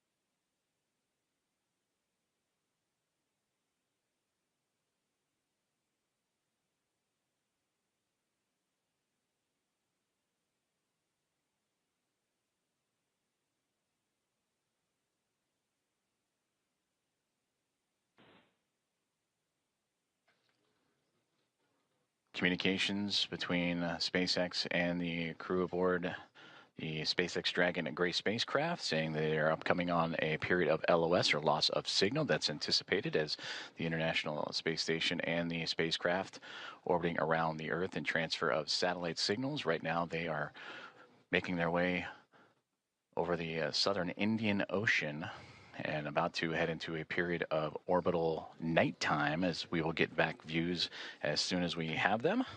And again, the spacecraft carrying Axiom-4 and the 4 private astronauts contact with the International Space Station at 5:31 a.m. Central Time, and expected to continue with hatch opening procedures as they have already driven the hooks, connected the umbilicals for power and communications, and NASA astronauts Nicole Ayers and Ann McLean working on those hatch opening procedures as we speak. And that will allow the crew to make its way from Dragon into the International Space Station, going from a crew of 7 aboard the orbiting laboratory to a crew of 11. And that'll be followed by welcome remarks at approximately 8:35 a.m. Central Time, 9:35 a.m. Eastern Time. Certainly an exciting moment for all of us here in Mission Control, but we want to check back in with our team over in Hawthorne as Axiom-4 has arrived to the International Space Station. For as many times as we have had the privilege of supporting crews headed to and from the International Space Station, I'm certain that it is an incomparable experience. Something that unless you're on board, you can't possibly understand what it really feels like. Paul, and I'm confident that you and I cannot do it justice even attempting to tell everyone joining us today about it. So instead, we have invited Axiom Space's own commander, Michael Lopez-Alegría, to share from his previous experiences. LA, MLA, or Commander, you've got a few designations, right?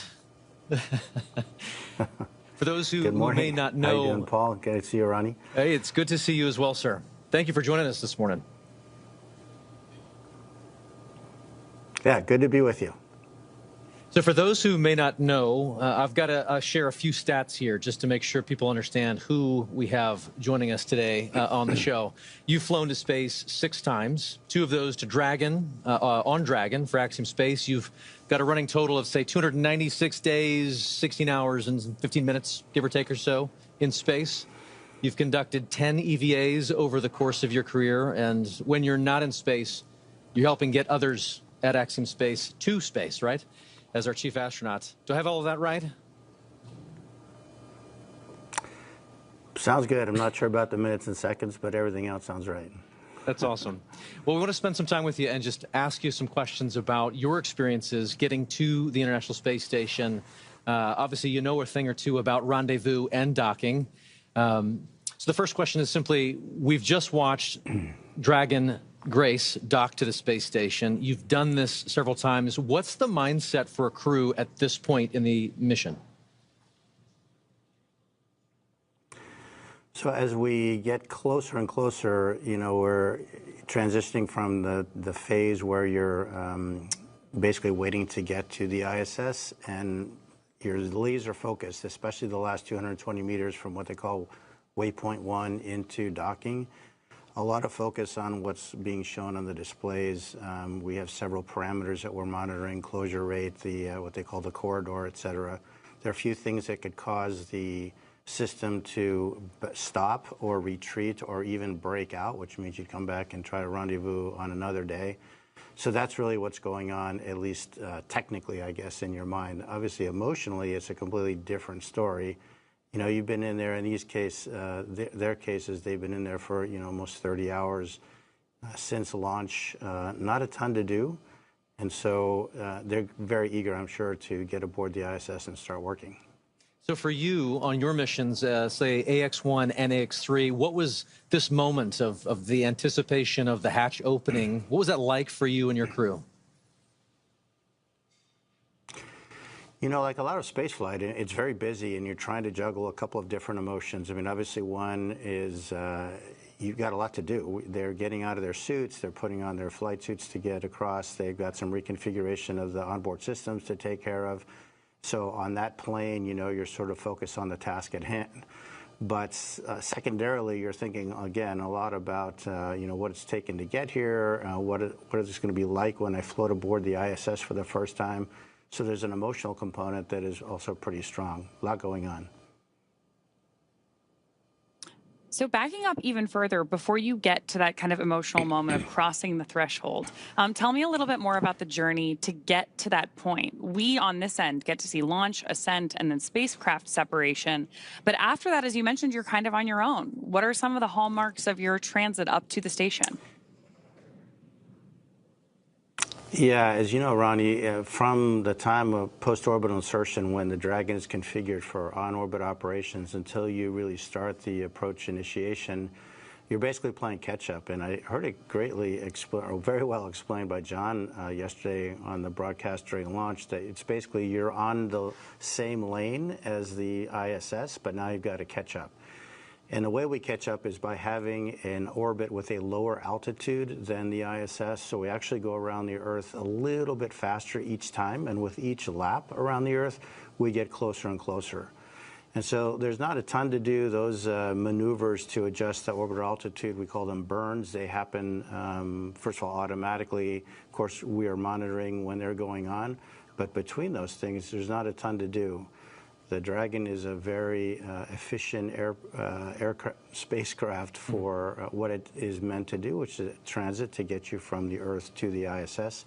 But it's not really cut out to be an on-orbit anything, really. So you're just sort of hanging out. They will have had a sleep period while they wait to get there. But there isn't a ton to do between those maneuvers, and so it's really kind of a hurry up and wait. Again, a lot like a lot of human spaceflight, very intense activities, followed by some pretty long lulls occasionally. And so then when do you get to go from that free-flying, like transit mode, to the rendezvous and docking phase? Yeah, so after that series of maneuvers to change the altitude, we start approach initiation. And I would say that the transition is really when the spacecraft starts pointing at the ISS. Until then, the attitude is really optimized for power and communications considerations. But when it gets beyond a certain point, it starts actually looking at the ISS, and then you start being able to pick it up in the displays through the forward-looking cameras that are on board. L.A., you've described the moment of getting into microgravity as you've transitioned into another plane, another world, another moment. Can you share a little bit of that thought, that mindset, as you transition from, obviously, the acceleration of launch into microgravity and being in that other world? I'd love to hear your perspective on that transition.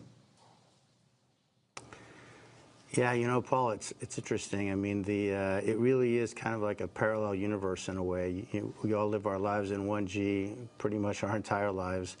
But when you make that transition, it really is a very different sensation. For the first time you feel it, you can't even believe it. I mean, it's a little bit like the zero-G airplane that we are trained in, but of course, instead of lasting 20 seconds or so, it lasts effectively forever.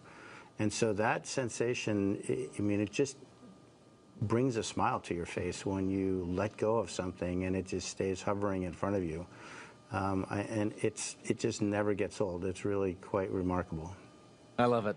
And obviously our crew in Dragon right now is in that other plane, in that other world of microgravity being constant. So we're walking forward. We're progressing towards this moment where the hatch will open and they are going to enter the space station. You've mentioned this already a little bit, but I'd love to just kind of unpack that some more. What is it like to just kind of float through that hatch and realize you're no longer in Dragon, you're now in the station?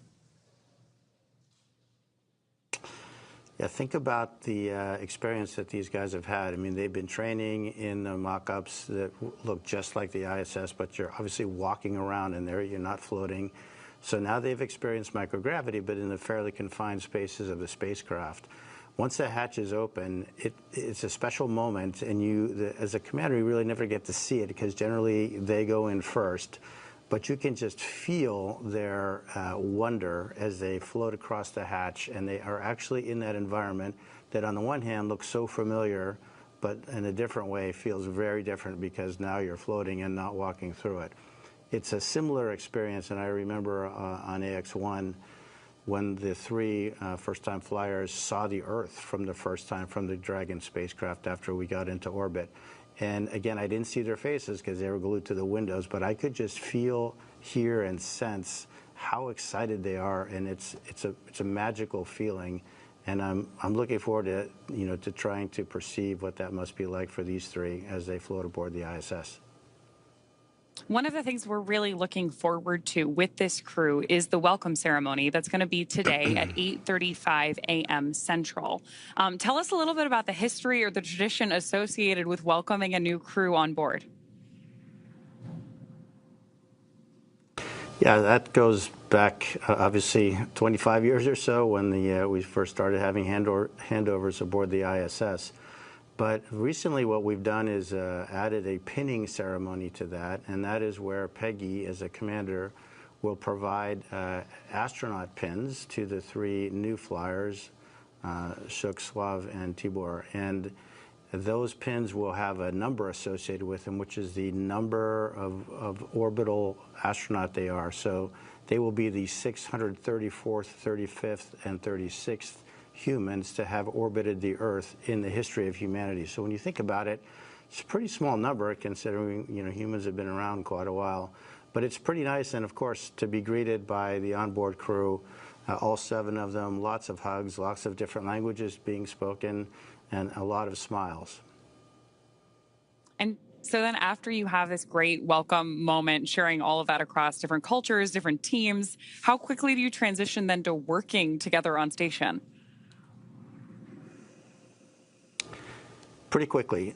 You really have to hit the ground running. There are a few safety things that we go through with the ISS commander where they'll tell us some things that, of course, they have learned in the mock-ups again, but now this is for real. These are where things are located. This is what we expect you to do if this or that goes wrong.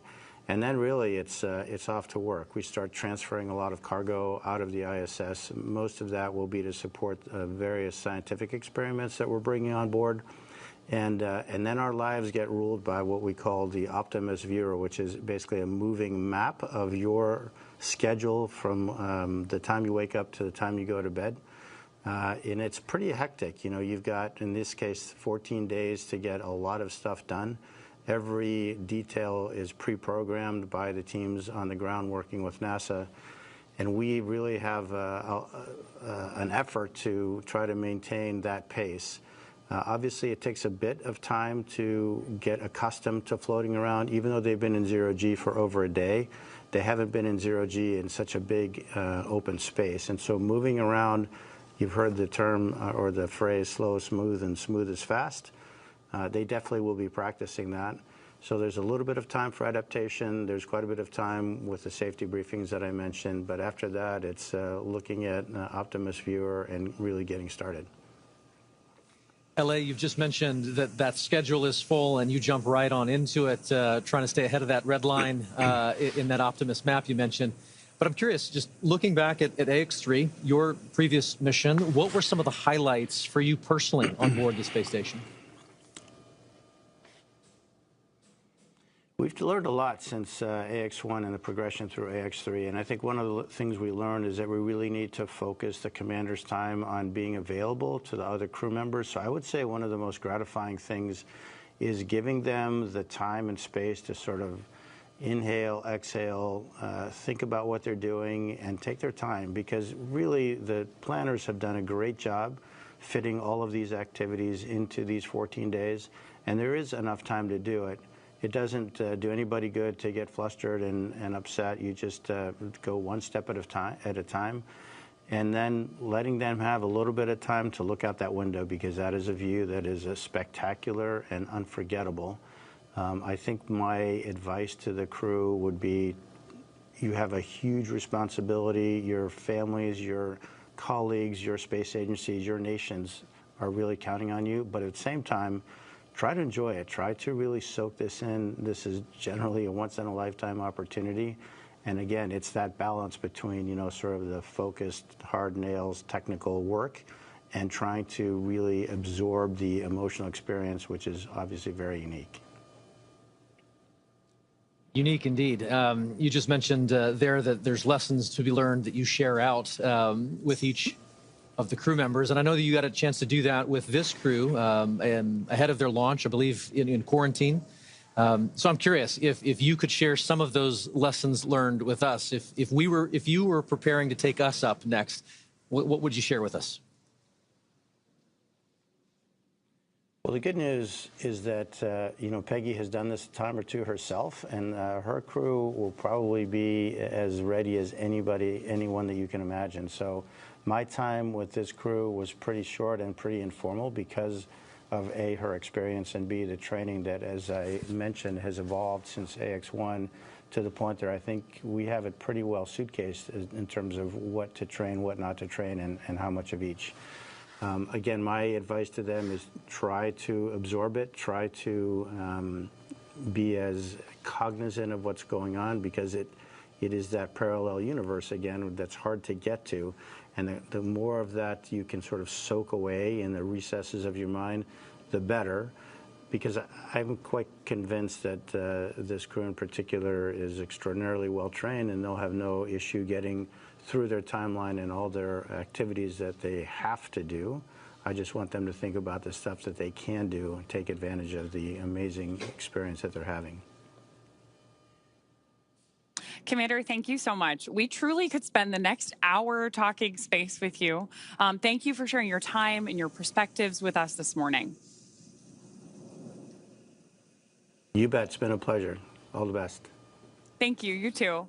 With that, we're very excited to hand the ball back over to NASA Johnson Space Center, where we're going to get a further update on the progress on board station and our AX-4 crew. Joseph? Thank you very much, Ronnie and Paul. We appreciate it, and great interview there with Michael Lopez-Alegría.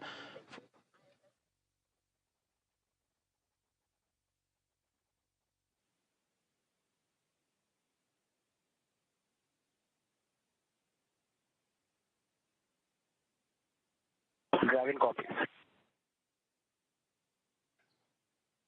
And a great update right there to bring us right back into what's been happening and all the key milestones of the hatch opening process and the docking process for Axiom and Mission 4, its team on the Dragon Grace spacecraft, and have connected to the International Space Station. You heard that power and the connection with the umbilicals. Everything has been established. A hard mate has been created after the initial contact and soft capture connection and ring retraction. That was at 5:31 a.m. Central Time, so a little less than an hour ago.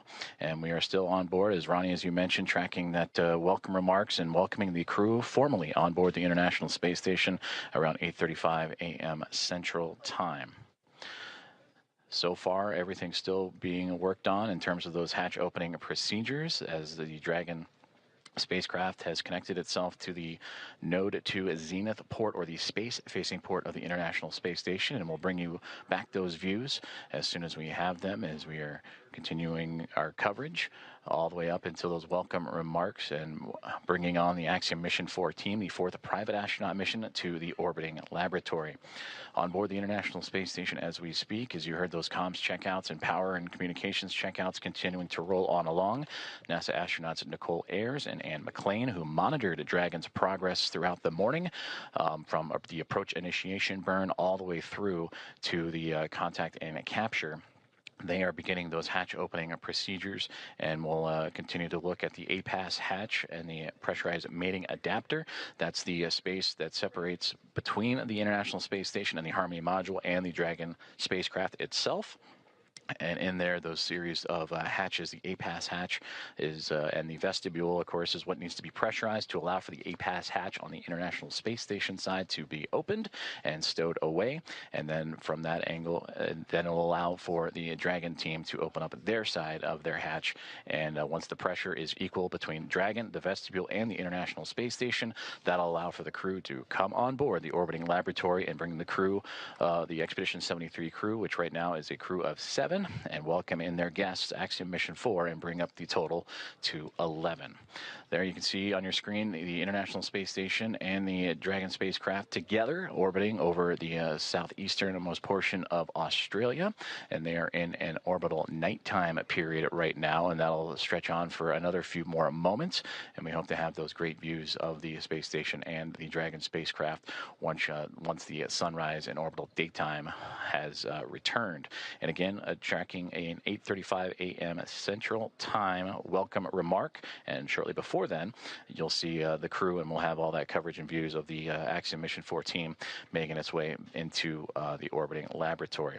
And again, a great interview there with Michael Lopez-Alegría, commander, former NASA astronaut and commander of Axiom-1 and Axiom-3, and the ISS, the International Space Station, ready to welcome in Peggy Whitson, a former NASA astronaut, on her 5th flight, second with Axiom as commander of Axiom-2 and now of Axiom Mission 4, and bringing in pilot Shubhanshu Shukla of ISRO, Sławomir Uznański-Wiśniewski of ESA, and Tibor Kapu of Hunor, each representing India, Poland, and Hungary respectively. It'll be the first time that those 3 nations have been on board the International Space Station. And that'll bring 14 different private astronaut crew members representing 11 different nations to the orbiting lab, showcasing the strength of private astronaut missions and how it expands access to the International Space Station and low Earth orbit for more nations, people, and opportunities. So we continue to follow along with the hatch opening procedures that Nicole Ayers and Anne McLean of NASA each working diligently through, and we'll continue to provide updates as they arrive. During that interview, we did hear that there was some troubleshooting that they were working on the big loop that has since been resolved. So we should hear communications on that big loop that connects both the Dragon spacecraft, the International Space Station, and the teams on the ground here inside of Mission Control Houston and the International Space Station Flight Control Room at NASA's Johnson Space Center, and well, the teams in Hawthorne, California, and the Mission Control Room at SpaceX.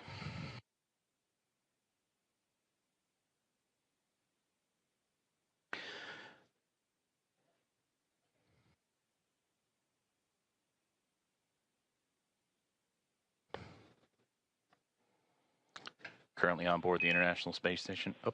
Station Houston on the big loop for PMA.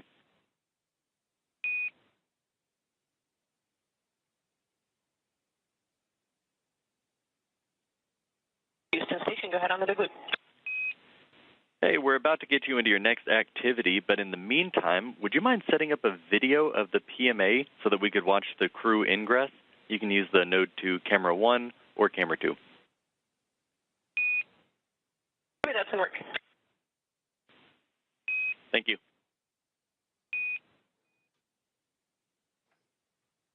Communications from the ground here in Mission Control Houston up to the International Space Station, that PMA, pressurized mating adapter, and that is where NASA astronaut Nicole Ayers is currently operating in the hatch opening procedures, and they're asking to set up a camera so we can get live views in and witness the Axiom Mission 4 crew as they ingress or enter the International Space Station. So we will keep an eye out for those views coming from that pressurized mating adapter just inside the Zenith, Node 2 Zenith port of the International Space Station, that space-facing port. Before those communications, I'm going to say aboard the International Space Station as we speak, the 7 members of the Expedition 73 crew, featuring Anne McLean and Nicole Ayers, who are prime characters in today's docking operations, joined by Takuya Onishi of JAXA and Kirill Peskov, alongside NASA astronaut Johnny Kim, Sergei Ryzhikov, and Alexei Zubritsky.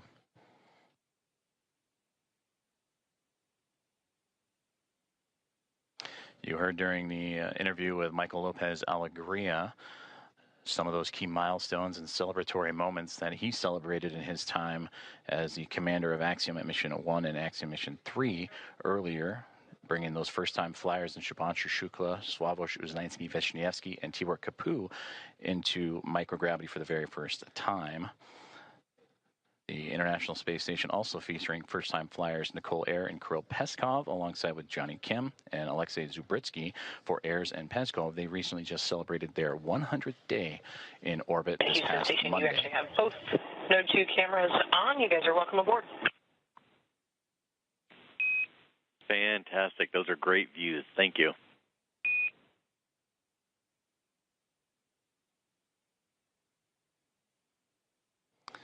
And there you see the live view that the team on board the International Space Station has just set up for us to see as we are inside the pressurized mating adapter looking into what will be the APAS hatch that will eventually be pressurized and the vestibule pressurized, pardon me, to welcome the Axiom Mission 4 crew aboard once everything is equal in pressure from SpaceX Dragon to the vestibule to the International Space Station, and the hatches on the Dragon and Space Station side are open.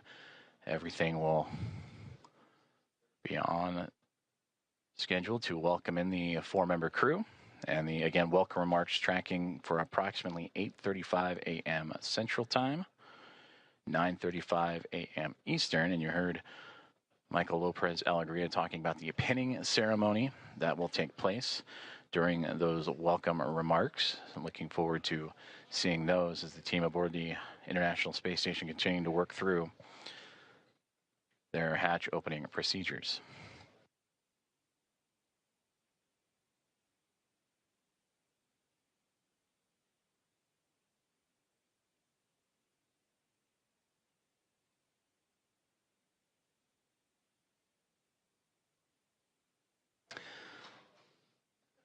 Since launching from Launch Complex 39A and NASA's Kennedy Space Center yesterday morning at 1:31 a.m. Central, 2:31 a.m. Eastern, the Axiom Mission 4 crew above the newly named Dragon SpaceX Grace spacecraft have tracked down the International Space Station through a stair-stepping procedure of multiple burns that occurred from just moments or a few moments after launch up until the early morning hours today, to allow them to catch up to the orbiting laboratory and set up for the final approach and docking, and that contact with the orbiting laboratory at 5:31 a.m. Central Time. And from that point on, it takes about 2 hours or so to allow for the hatch opening and hard mating procedures to be complete, umbilicals to be run, power and communications to be connected. And once everything is set, that's where you'll begin to see the hatch opening procedures and lead up to those welcoming remarks.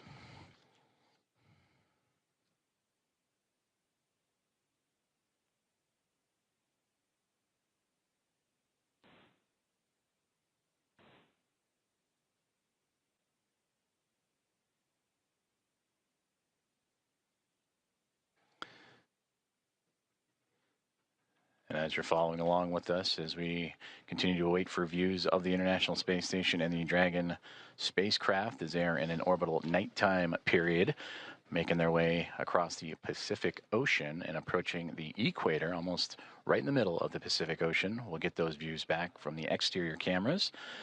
And the astronauts on board the International Space Station continuing to configure the cameras for views inside the orbiting lab.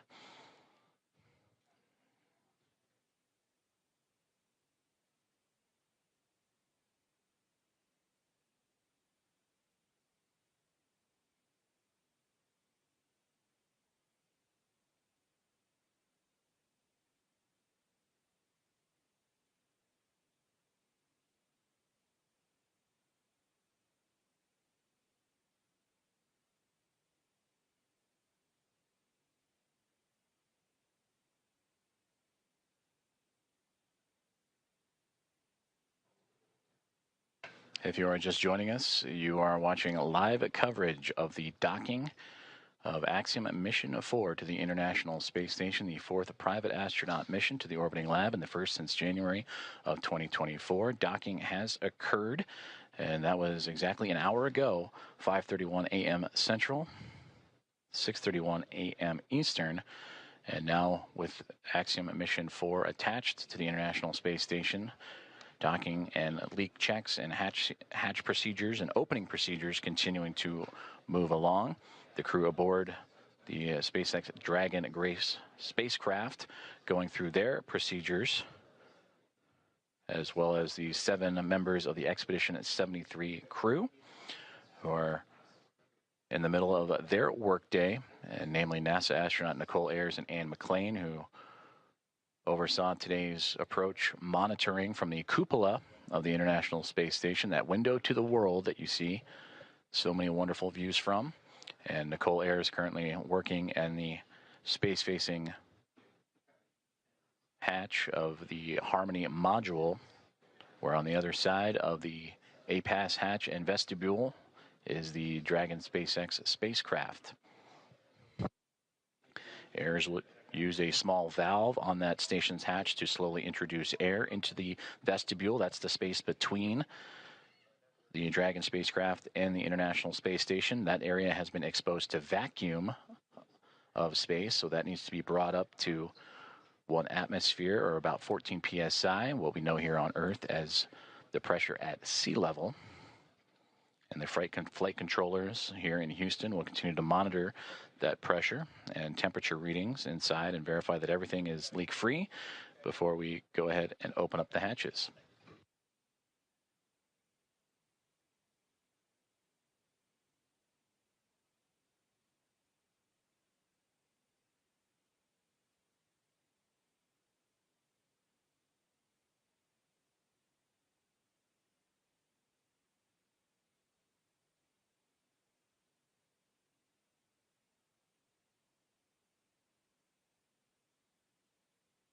Just received communications from the team here inside the International Space Station Flight Control Room that the vestibule leak check has been successful, and it is good. So they will continue to move forward with the hatch opening procedures.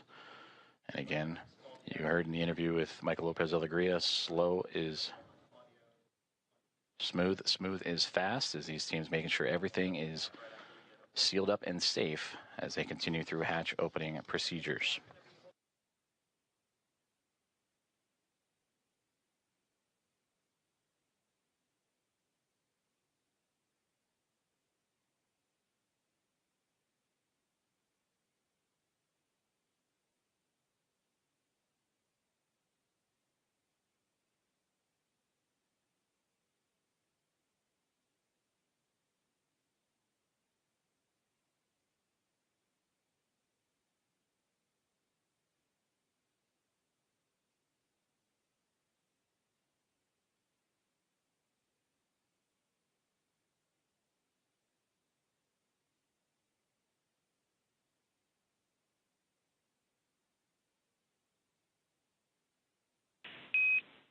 Station Houston on the Big Loop.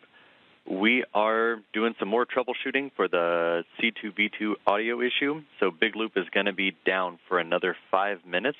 In the meantime, you are go to pick up in step 3.1 of 2.102, and NASA TV should be available on VME TV now.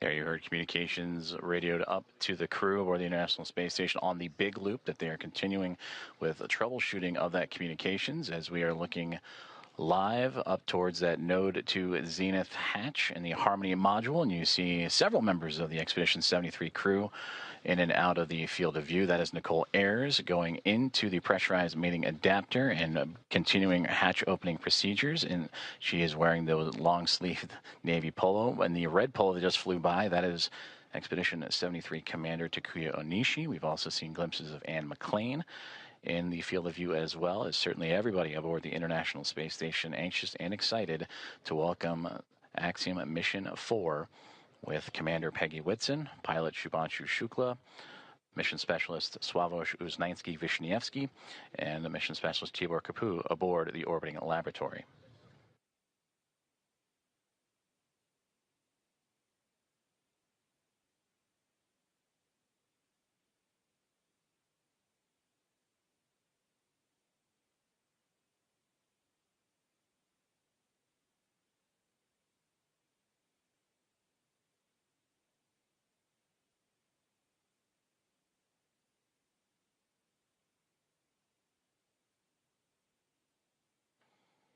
This is Mission Control Houston. If you are just joining us, you are following along with live coverage of the docking and soon-to-be hatch opening and welcome remarks of Axiom Mission 4 to the International Space Station.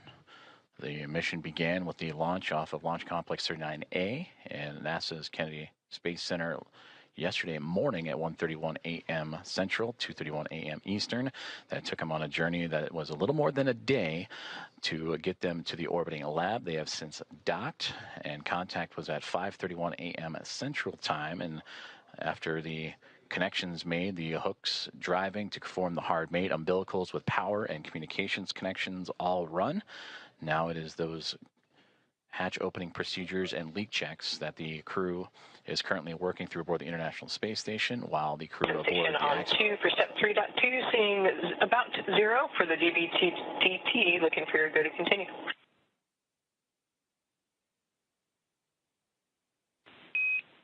We see the same. You're good to proceed.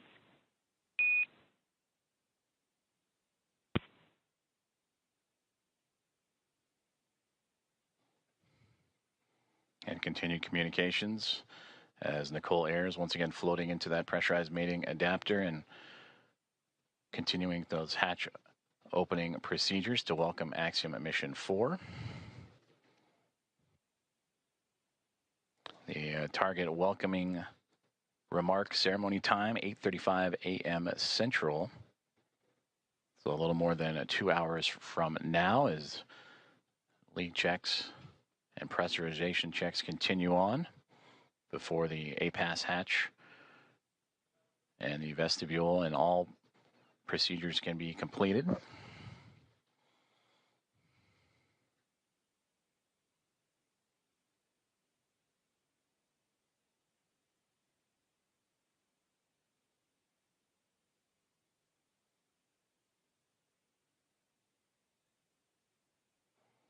And a great view of some of those procedures is Nicole Ayers. Again, you can see her with that right hand turning the crank and working on that hatch to continue those procedures.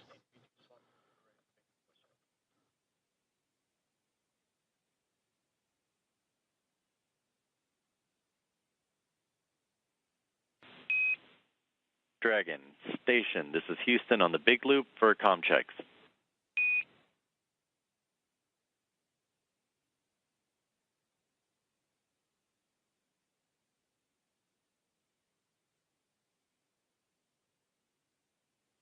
Dragon has you loud and clear.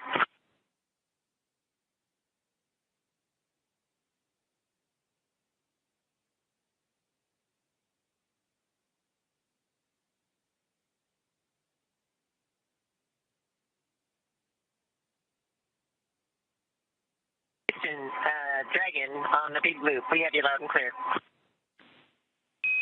And Dragon, we read you the same.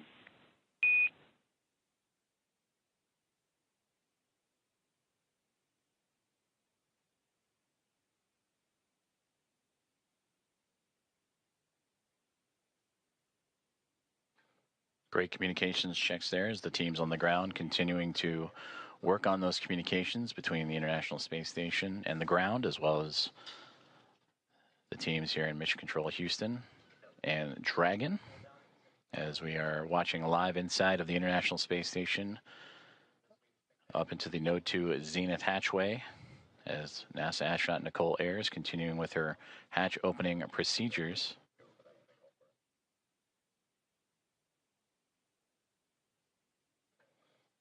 Docking of Axiom Mission 4 to the orbiting laboratory occurred about an hour and 10 minutes ago at 5:31 a.m. Central, and since then the crews for both station and inside Dragon have been going through those procedures and making sure everything is as it needs to be, including the proper leak checks and stowage from both perspectives, before continuing on with hatch opening procedures and welcoming remarks. We'll continue to provide updates, and you'll hear calls on the big loop of all four parties: NASA's Mission Control in the International Space Station Flight Control Room, SpaceX in Hawthorne, California, and the teams and the Expedition 73 crew aboard the International Space Station, and Axiom-4 Mission aboard the Dragon and Grace Dragon Houston spacecraft. On the big loop. Stand by for hardline audio config.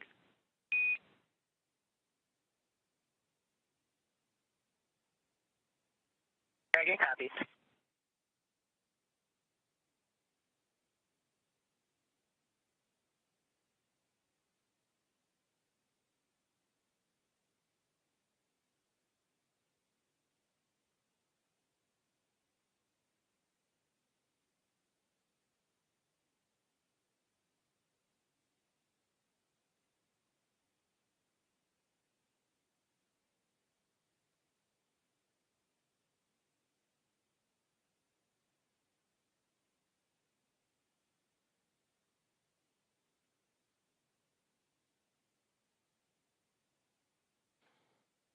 Also a part of these procedures, and once hatch opening continues to move along, the crews will install IMV ducting to help mix the air of the space station environment with the air inside of Dragon and seal up some of those lithium hydroxide cartridges that scrub the carbon dioxide inside of the Dragon spacecraft. And that was on their ride to the International Space Station. They'll also check some vent valves as we go, and maybe need a little bit more time on board, but these last final checks are crucial to make sure everything is good to go, since it will remain docked to the International Space Station for nearly 2 weeks.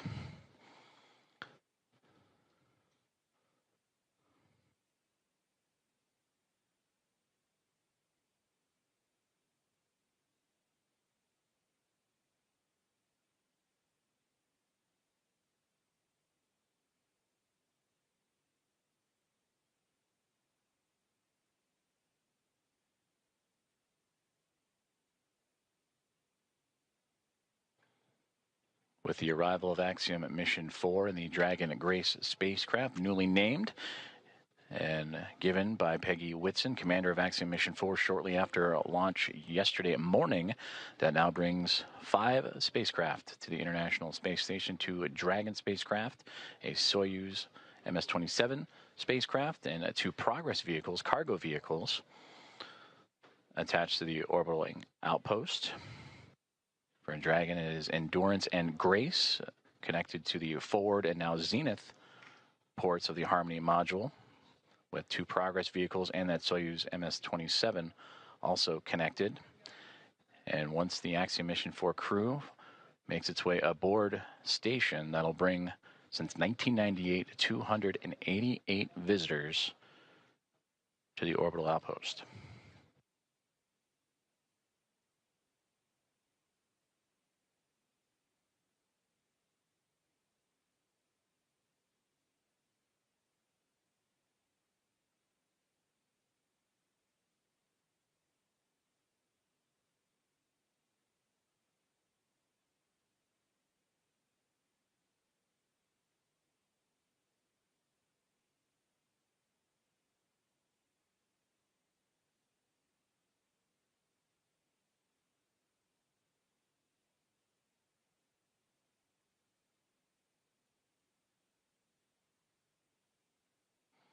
Nicole Ayers, NASA astronaut, has returned to inside the pressurized mating adapter and working on the APAS hatch and hatch opening procedures as we continue to get great Dragon views from Houston inside on the the big loop. International Space Com Station. check. Hardline audio configuration complete, and we have resolved the audio issues on C2V2. That sounds great, because we have you loud and clear. We read you the same.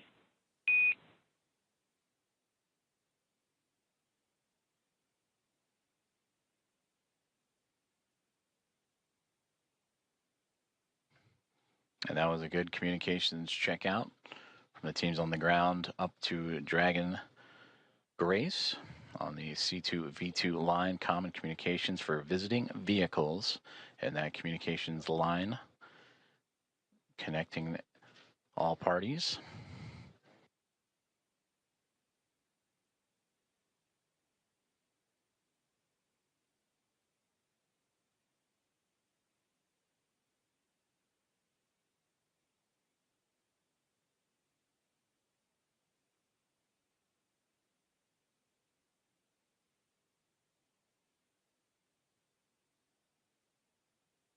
As we continue to work through hatch opening procedures, and again targeting approximately 8:35 a.m. Central Time for welcoming remarks as the International Space Station and Expedition 73 crew bring in and welcome aboard Axiom Mission 4.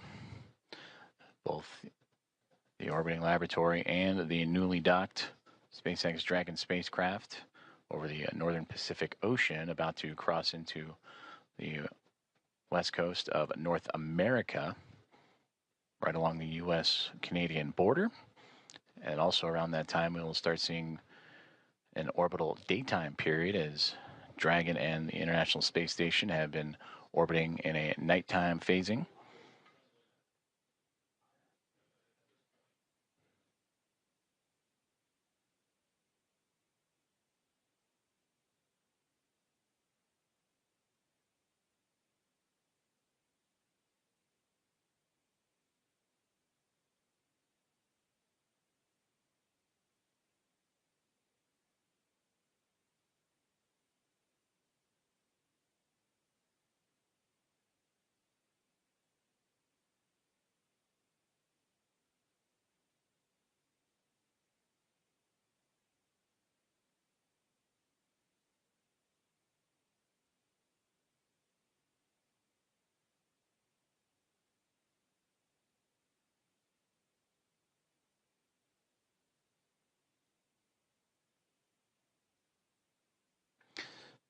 Currently experiencing a satellite handover period, and we'll continue to bring you the live views from the International Space Station, both inside or exterior. Once communications is established, which should be here in the next few moments. Until then, you can see on this map where exactly we're talking about, where the station and Dragon orbiting over the Pacific Ocean and about to cross over North America and over the northernmost territories of Canada.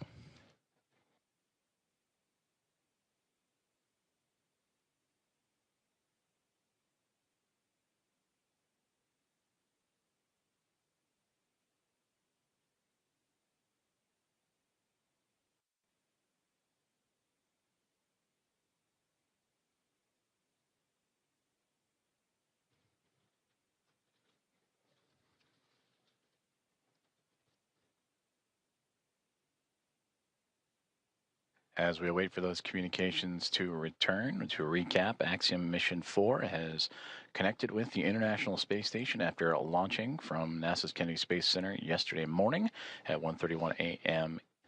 Central Time to connect with the space station at 5:31 a.m. Central this morning. So a little more than a day's transit, and where it would execute a sequence of burns to raise its altitude and close the distance between Dragon spacecraft, Dragon Grace, and the International Space Station through a phase burn, boost burn, close burn, transfer burn, and then eventually the co-elliptic burn, to make sure that the spacecraft is on the same pathway as the International Space Station and able to make its way up and over top of it to connect to the space-facing port of the Harmony module, the Node 2 Zenith port. As we now get views back inside of the International Space Station, that is the view from the other side. We mentioned the space-facing port that is looking up into where the hatchways will be to allow for the Axiom Mission 4 crew to pass through and be brought aboard the International Space Station for Peggy Whitson, commander of Axiom Mission 4, her second flight as an Axiom commander after previously serving as commander of Axiom Mission 2. This is her 5th flight and return to the International Space Station, where she continues to build on an impressive career, the most experienced United States astronaut. Entered the mission with 675 days to her credit and will certainly add to that record-setting total in her time aboard the orbiting laboratory and bringing up pilot Shubhanshu Shukla of ISRO, Sławomir Uznański-Wiśniewski of Polsa, and Tibor Kapu of Hunor. And for Shukla, Uznański-Wiśniewski, and Kapu representing India, Poland, and Hungary respectively, for those nations, it'll be their first time coming to the International Space Station. Nicole Ayres. And the last one into the hatch, I believe that was Anne McLean making her way in as they continue to work through hatch opening procedures.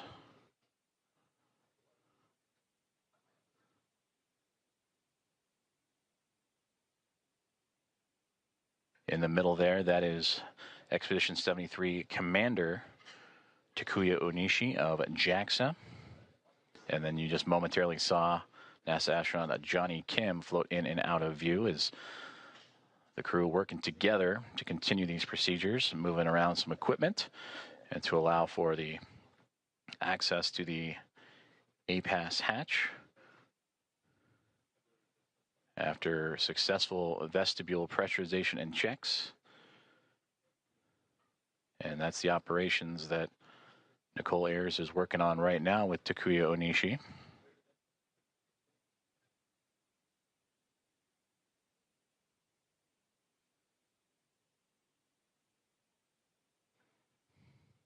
And Johnny Kim with camera in hand to document these procedures.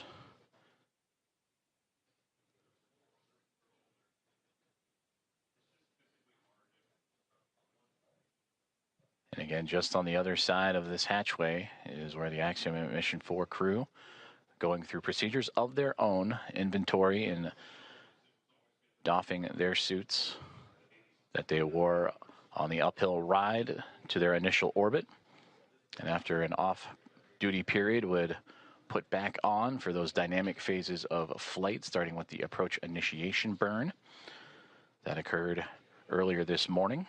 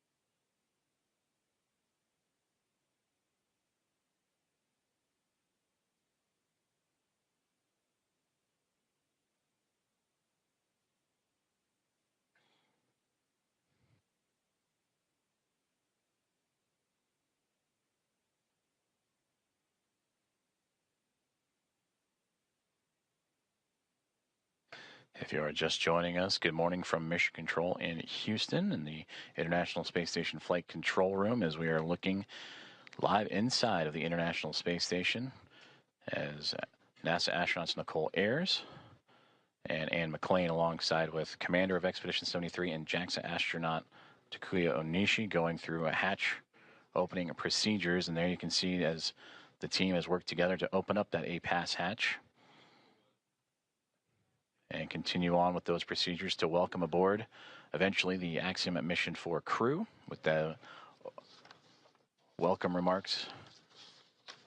Currently still targeting. Big loop, the APAS hatch is open and no condensation observed on the field. Houston copies. Looks great. Thank you.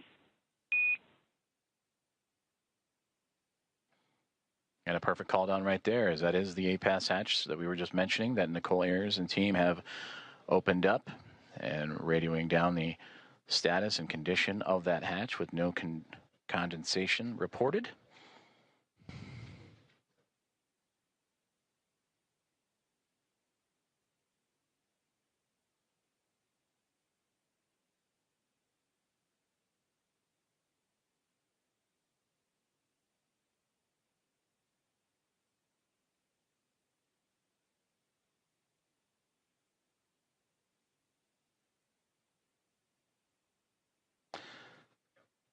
And as Nicole Ayers continues to work on that hatch, you'll also see that hatch be covered up to give an extra level of safety to allow for the Axiom Mission 4 team to pass smoothly without having to worry about any additional hazards as they pass through the vestibule and pressurized mating adapter and eventually into the Harmony module of the International Space Station.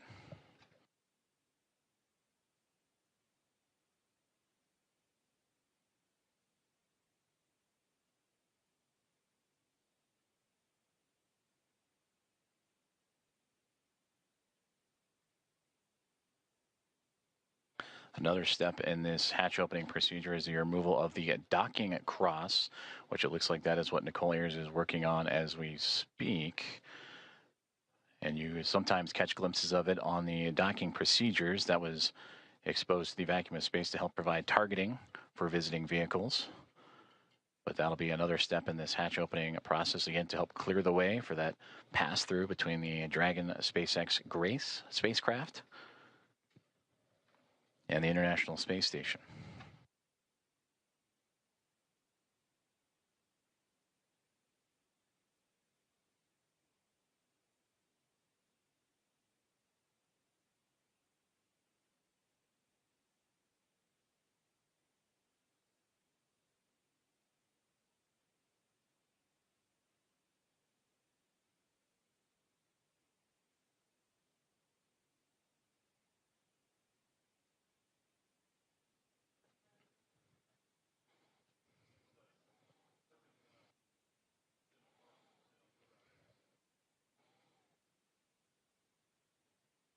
Hatch opening procedures continuing to move along for the teams aboard the International Space Station and Axiom Mission 4 as we draw closer and closer to the anticipated hatch opening and eventual welcome remarks. And we thank you for tuning in and joining us this morning as we are live from the International Space Station Flight Control Room in Houston, Texas, monitoring Nicole Ayers as she continues to work through those step-by-step procedures. As the hatchway, there you see the large square structure just off to the right-hand side of our field of view with that window in the middle was Station opened up. Houston on the big loop. Just want to clarify, we want the standoff cross stowed in the standoff cross cover bag.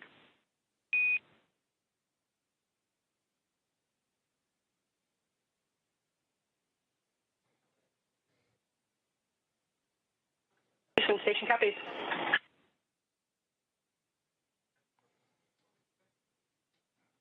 And that's the teams here on the ground assisting the astronauts on board the station with those hatch opening procedures.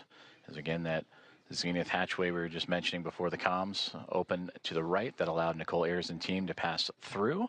And that docking cross that was just removed will be inserted into its own bag. And there is NASA astronaut Ann McLean to join Ayers in the hatchway and continue on with those procedures as they now look to cover up the APAS hatch, which was just opened a few moments ago, to provide an extra layer of safety and protection for astronauts passing through.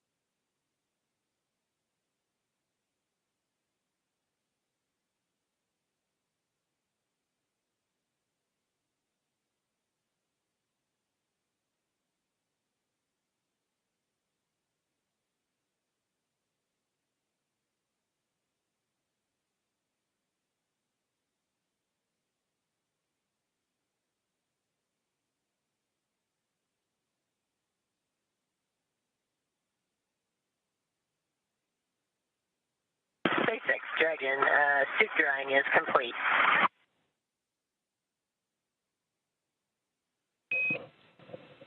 And Dragon, we copy on the big loop, suit drying complete.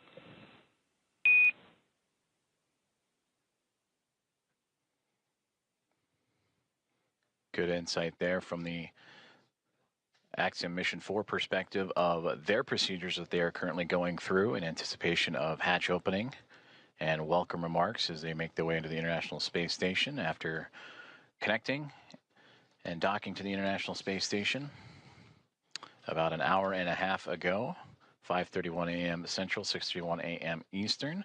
They went through their procedures, inventory and stowage, and the doffing of their suits that they wore from launch yesterday morning from Cape Canaveral, Florida, and NASA's Kennedy Space Center, and then during the dynamic portions of operations, and are now settling into their flight suits that they will bring in and wear as they cruise into the International Space Station. And that's the view we see from the orbiting laboratory is NASA astronaut Anne McClain and Nicole Ayers working through their procedures for hatch opening. The APAS hatch is open after successful vestibule pressurization and checks. They are now covering up that APAS hatch. SpaceX Dragon in step 5 of 2.102. We're waiting your go for hatch open. Dragon, SpaceX copies on the big loop. You are standing by for hatch opening. We are waiting for hardline connections to be complete. I'll call back with a go. Okay, thanks. Sorry to rush you.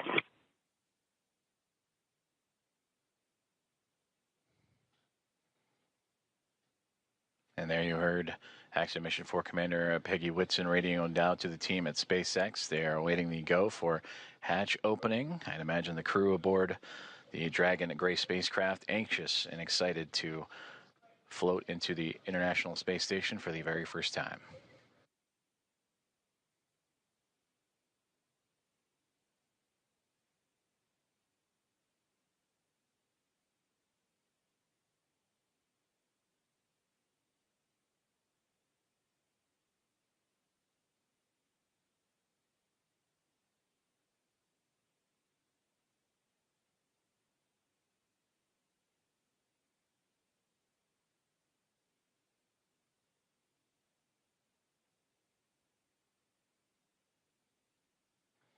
And you just saw that orange ductwork or hose-like piece of equipment that Anne McClain and Nicole Ayers were just operating with. That's a part of helping mix the air between the International Space Station and the Dragon spacecraft.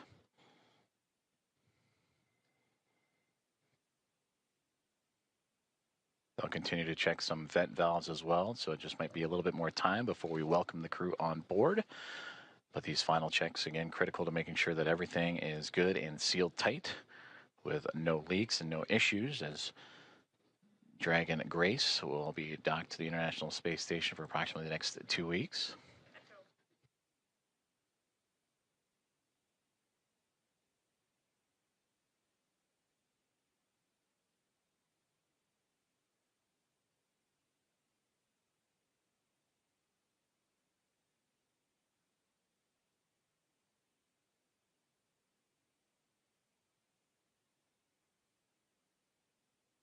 Houston, SpaceX station is ready for Dragon hatch equalization.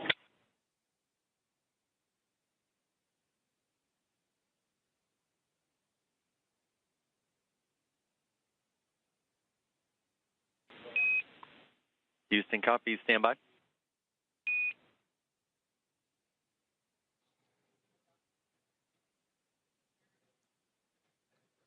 Another step in those hatch opening procedures is Nicole Ayers just radioed down for the SpaceX Dragon hatch pressurization and equalization. As you see the pop of flash bulbs aboard the International Space Station being documented, and plenty of smiles from the Expedition 73 crew as we draw closer and closer to hatch opening and welcoming Axiom Mission 4 aboard the orbital outpost.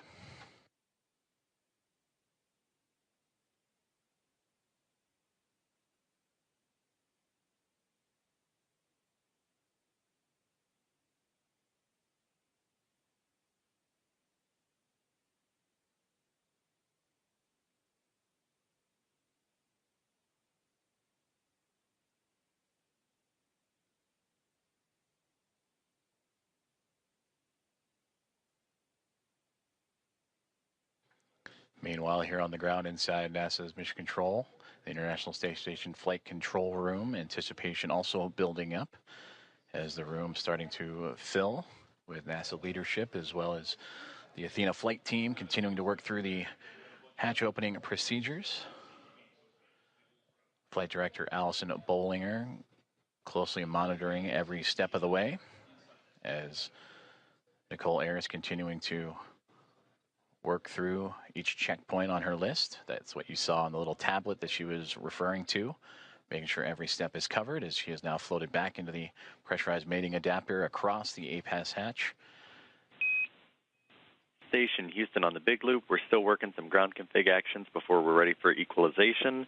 In the meantime, can we get confirmation that the standoff cross went into the standoff cross bag? We were unable to tell from the video. It was in there when you guys called. Thanks. Copy, thanks.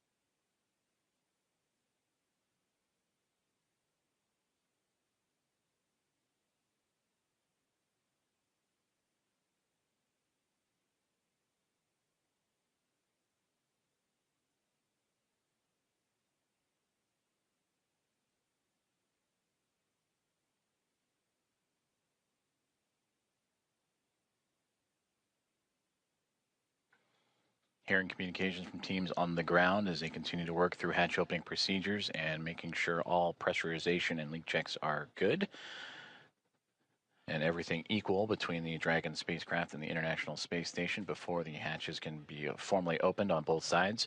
You can see into this hatchway the space-facing port, or into the space-facing side of the Harmony module aboard the International Space Station and the International Docking Adapter that welcomed the connection of Axiom-4 at 5:31 a.m. Central Time earlier this morning.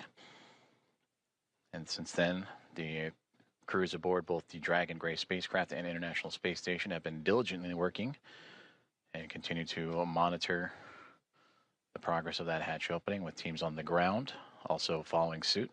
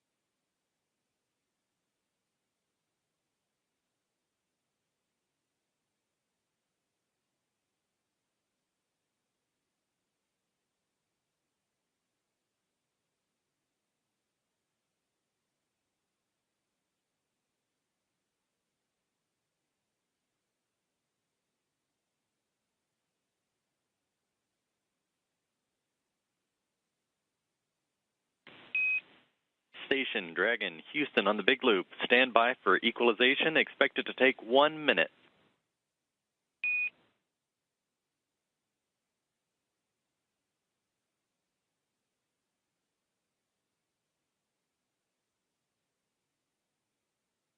Station copies 1 minute.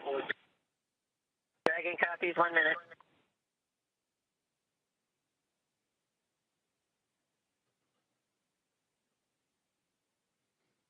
Great communications there from all teams here at NASA's Johnson Space Center and International Space Station Mission Control Room, teams in the SpaceX in Hawthorne, California, and everyone aboard the Dragon SpaceX Grace and Axiom-4 and the International Space Station as we continue to march towards the hatch opening to welcome Axiom-4 aboard the orbiting laboratory.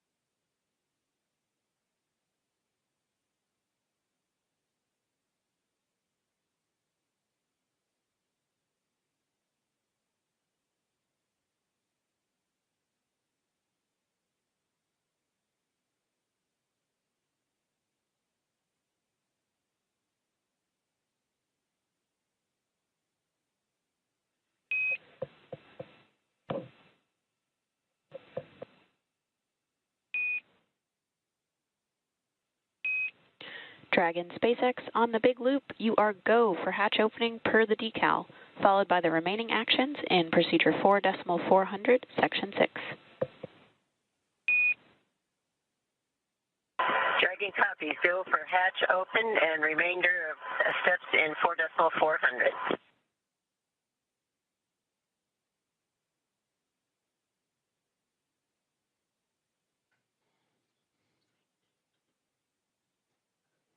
We are go for hatch opening is what you have just heard. And if you are just now joining us, you are tuned into live coverage of the arrival of Axiom Mission 4, the International Space Station.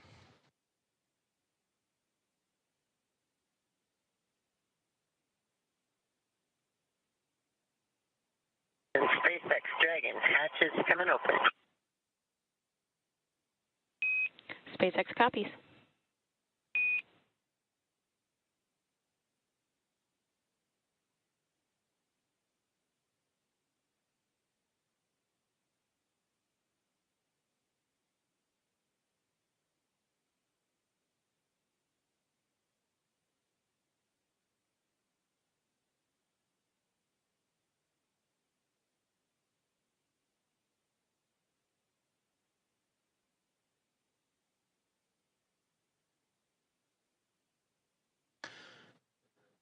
Expedition 73 crew anxiously awaiting as we just received the go for hatch opening to welcome Axiom Mission 4 into the International Space Station. There you see Ann McLean in the foreground working on the tablet, alongside with Johnny Kim on the far right-hand side, NASA astronaut, and then Roscosmos cosmonaut Kirill Peskov next to him, with Alexei Zubritsky and Sergei Ryzhikov, also of Roscosmos, in that mix. And right there in the middle, almost standing, if you will, from our perspective, is Expedition 73 Commander and JAXA astronaut Takuya Onishi.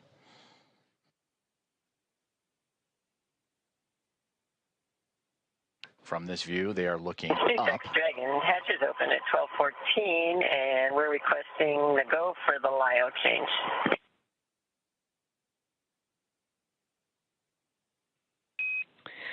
Copy 1214 Zulu hatch opening time, and you are go for LIO swap.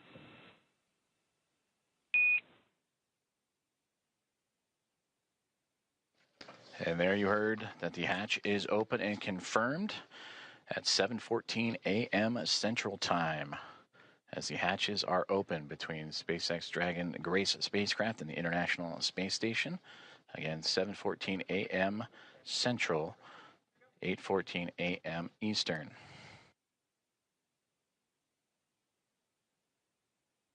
And you heard also the swaps of the LIO canisters. That's the lithium hydroxide cartridges that scrub the carbon dioxide inside of the Dragon spacecraft on the ride to the International Space Station.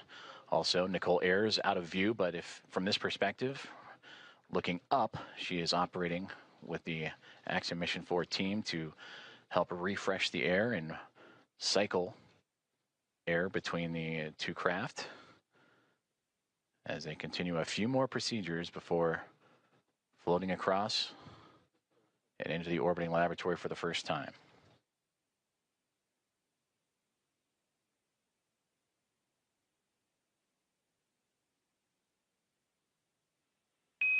Dragon SpaceX on the big loop for LIO cartridge.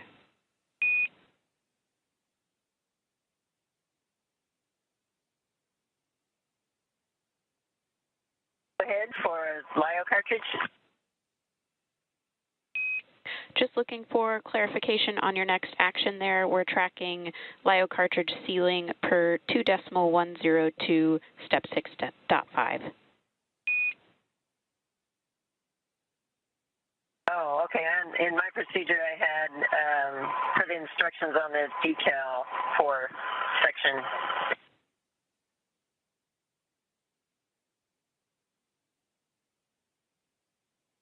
For section 4 of the instructions on the decal. And copy that, Peggy. We'll defer to the instructions in 2.102.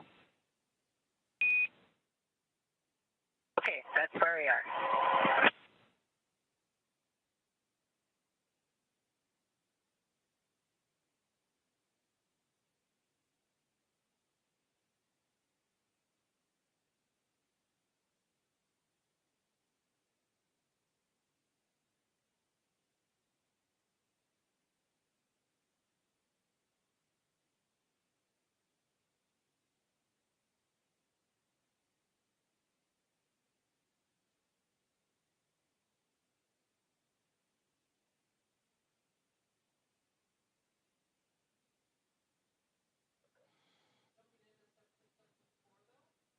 You just heard communications between Axiom Mission 4 Commander Peggy Whitson and the teams on the ground as they were talking about the swapping of the lithium hydroxide cartridges as the hatch has been opened between the Dragon spacecraft and the International Space Station just a few moments ago at 7:14 a.m.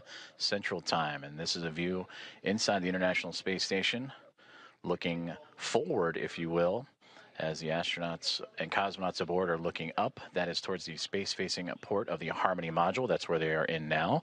If you were to keep going forward, if you will, that is the forward port, which currently is occupied by Dragon Endurance from Crew 10. And a great microgravity demonstration of the camera that Alexei Zubritsky is using to help document and be a part of the welcoming committee for Axiom Mission 4 here in the next few moments.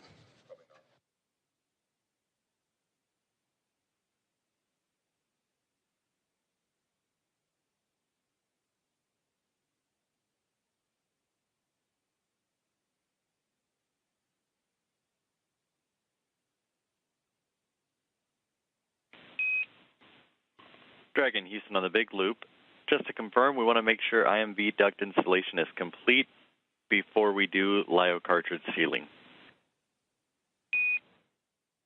Yes, the IMV duct installation is complete. My bad, I didn't get it reported. Houston copies.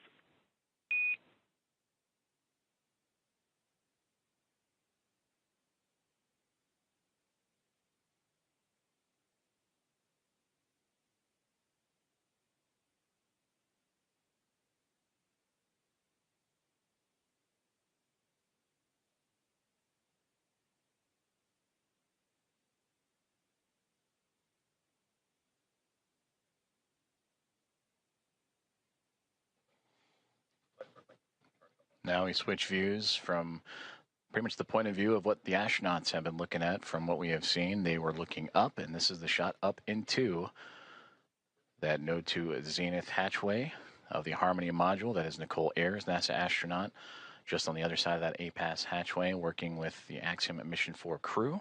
You heard them talking about IMV ducting and LIO cartridges. That IMV ducting helps mix the air of the International Space Station environment with the air inside of Dragon.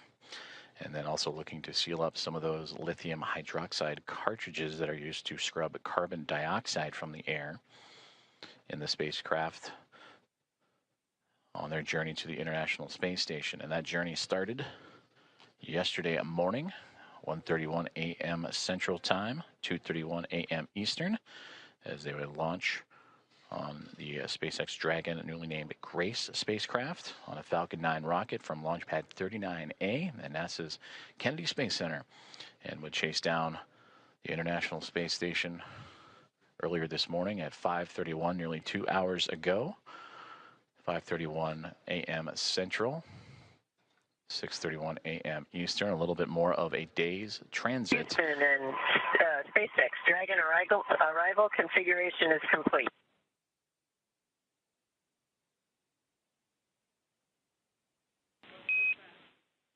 Houston copies. SpaceX copies.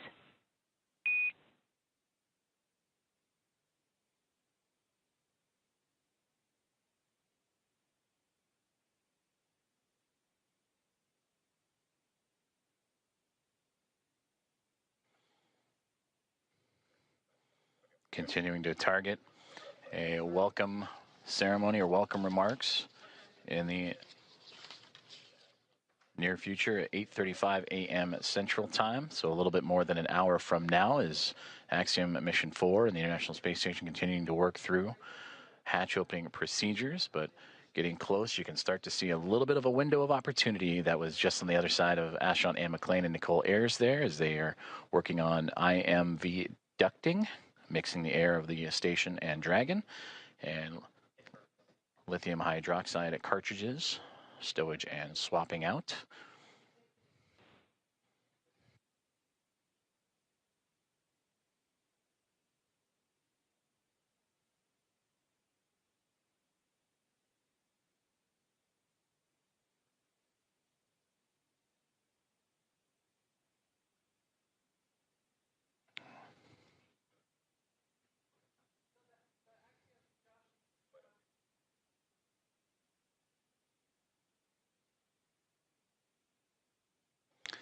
So Ann McLean and Nicole Ayers are starting to clear out the hatchway, and we are going to see the first views of Axiom Mission 4. Commander Peggy Whitson, the first one across the A-Pass hatch, receiving great big hugs from Nicole Ayers and the Expedition 73 crew.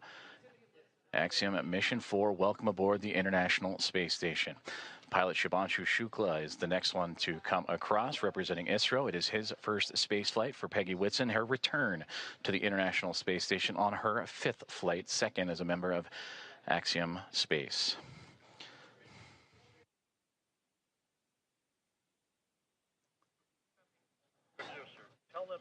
Sławomir Wisniewski of ESA, representing the nation of Poland.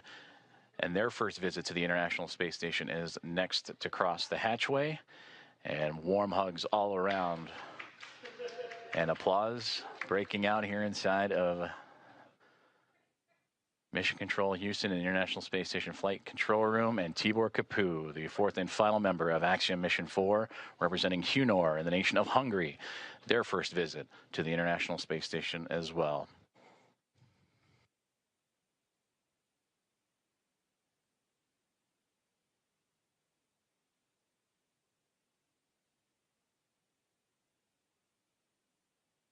Great big hugs and handshakes across all members of Expedition 73 and Axiom Mission 4 is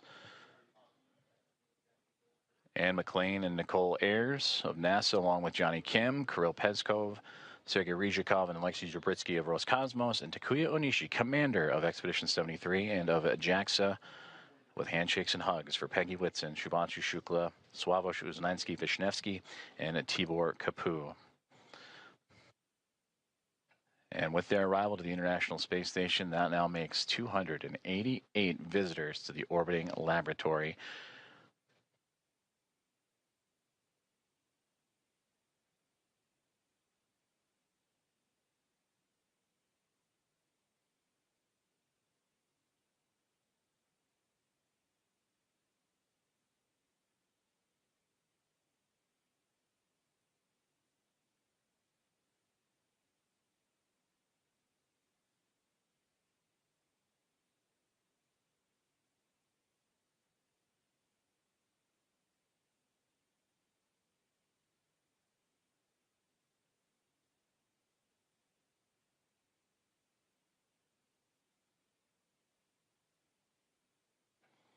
Axiom Mission 4 is now aboard the International Space Station.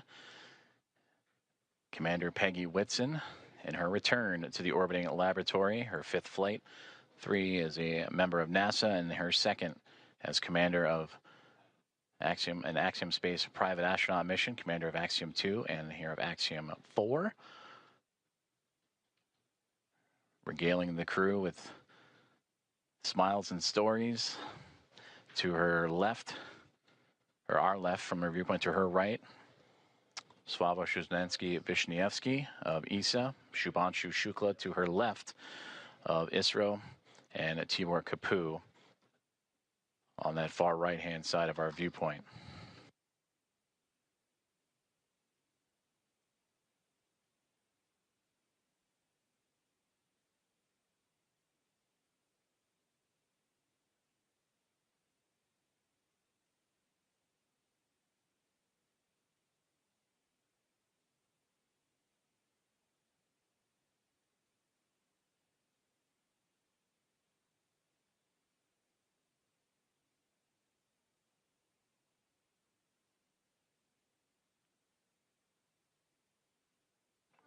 The crew is safely aboard the International Space Station. Welcome again to Axiom Mission 4.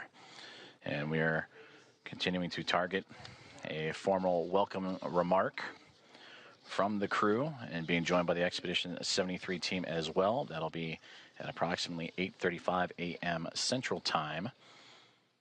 And from there, they will receive a safety briefing and begin their approximately 2-week mission aboard the International Space Station, in which they will participate in around 60 research investigations representing 31 countries, with more than 24 of those experiments sponsored by the ISS National Lab.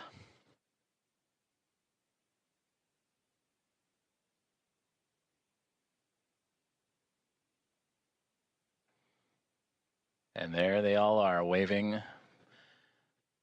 back at our coverage here inside of the International Space Station Flight Control Room. Station Houston on 2. Thanks for the wave. Great to see everybody.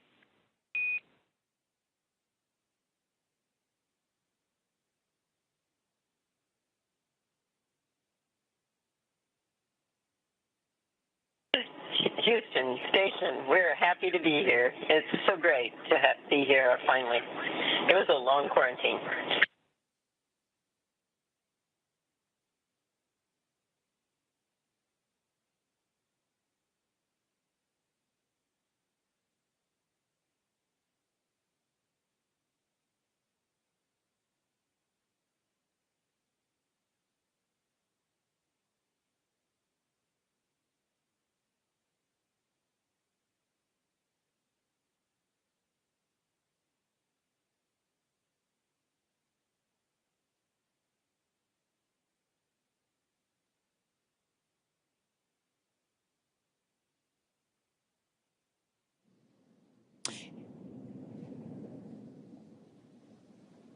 And with the crew now in the space station, we're going to wrap up our portion of the live joint coverage from Hawthorne.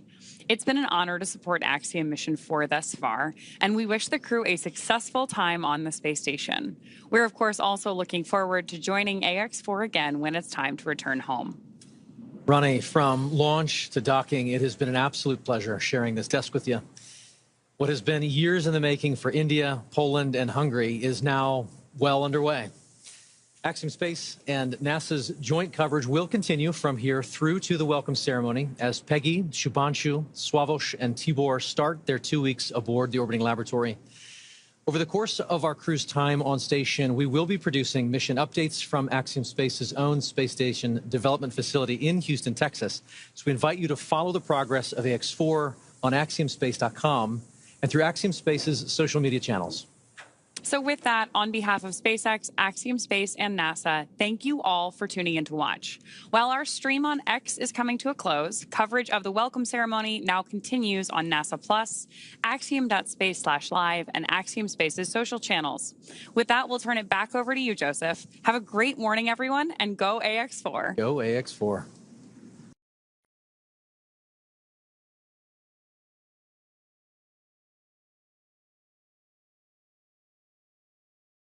We continue on with our live coverage of the arrival of Axiom Mission 4 to the International Space Station, the fourth private astronaut mission to arrive to the orbital outpost, and the first since January of 2024. We just saw the crew of 4, including Commander Peggy Whitson, Shubhanshu Shukla, pilot of ISRO, Swavesh Uznanski-Vishnevsky, and Tibor Kapu of ESA and HUNORT, respectively, crossed the hatchway and into the orbital outpost for the very first time. We're continuing to follow along as we'll wait for the formal welcoming remarks that are currently scheduled for roughly 8:35 a.m. Central Time, so a little bit more than an hour to go as the crew continues to settle in. After you heard the remarks from Peggy Whitson mentioning the long quarantine, the ride up, which took a little bit more than a day's time to do so, as the teams here in the International Space Station Flight Control Room and special guests in the viewing room at the back of your screen on hand to witness this special moment.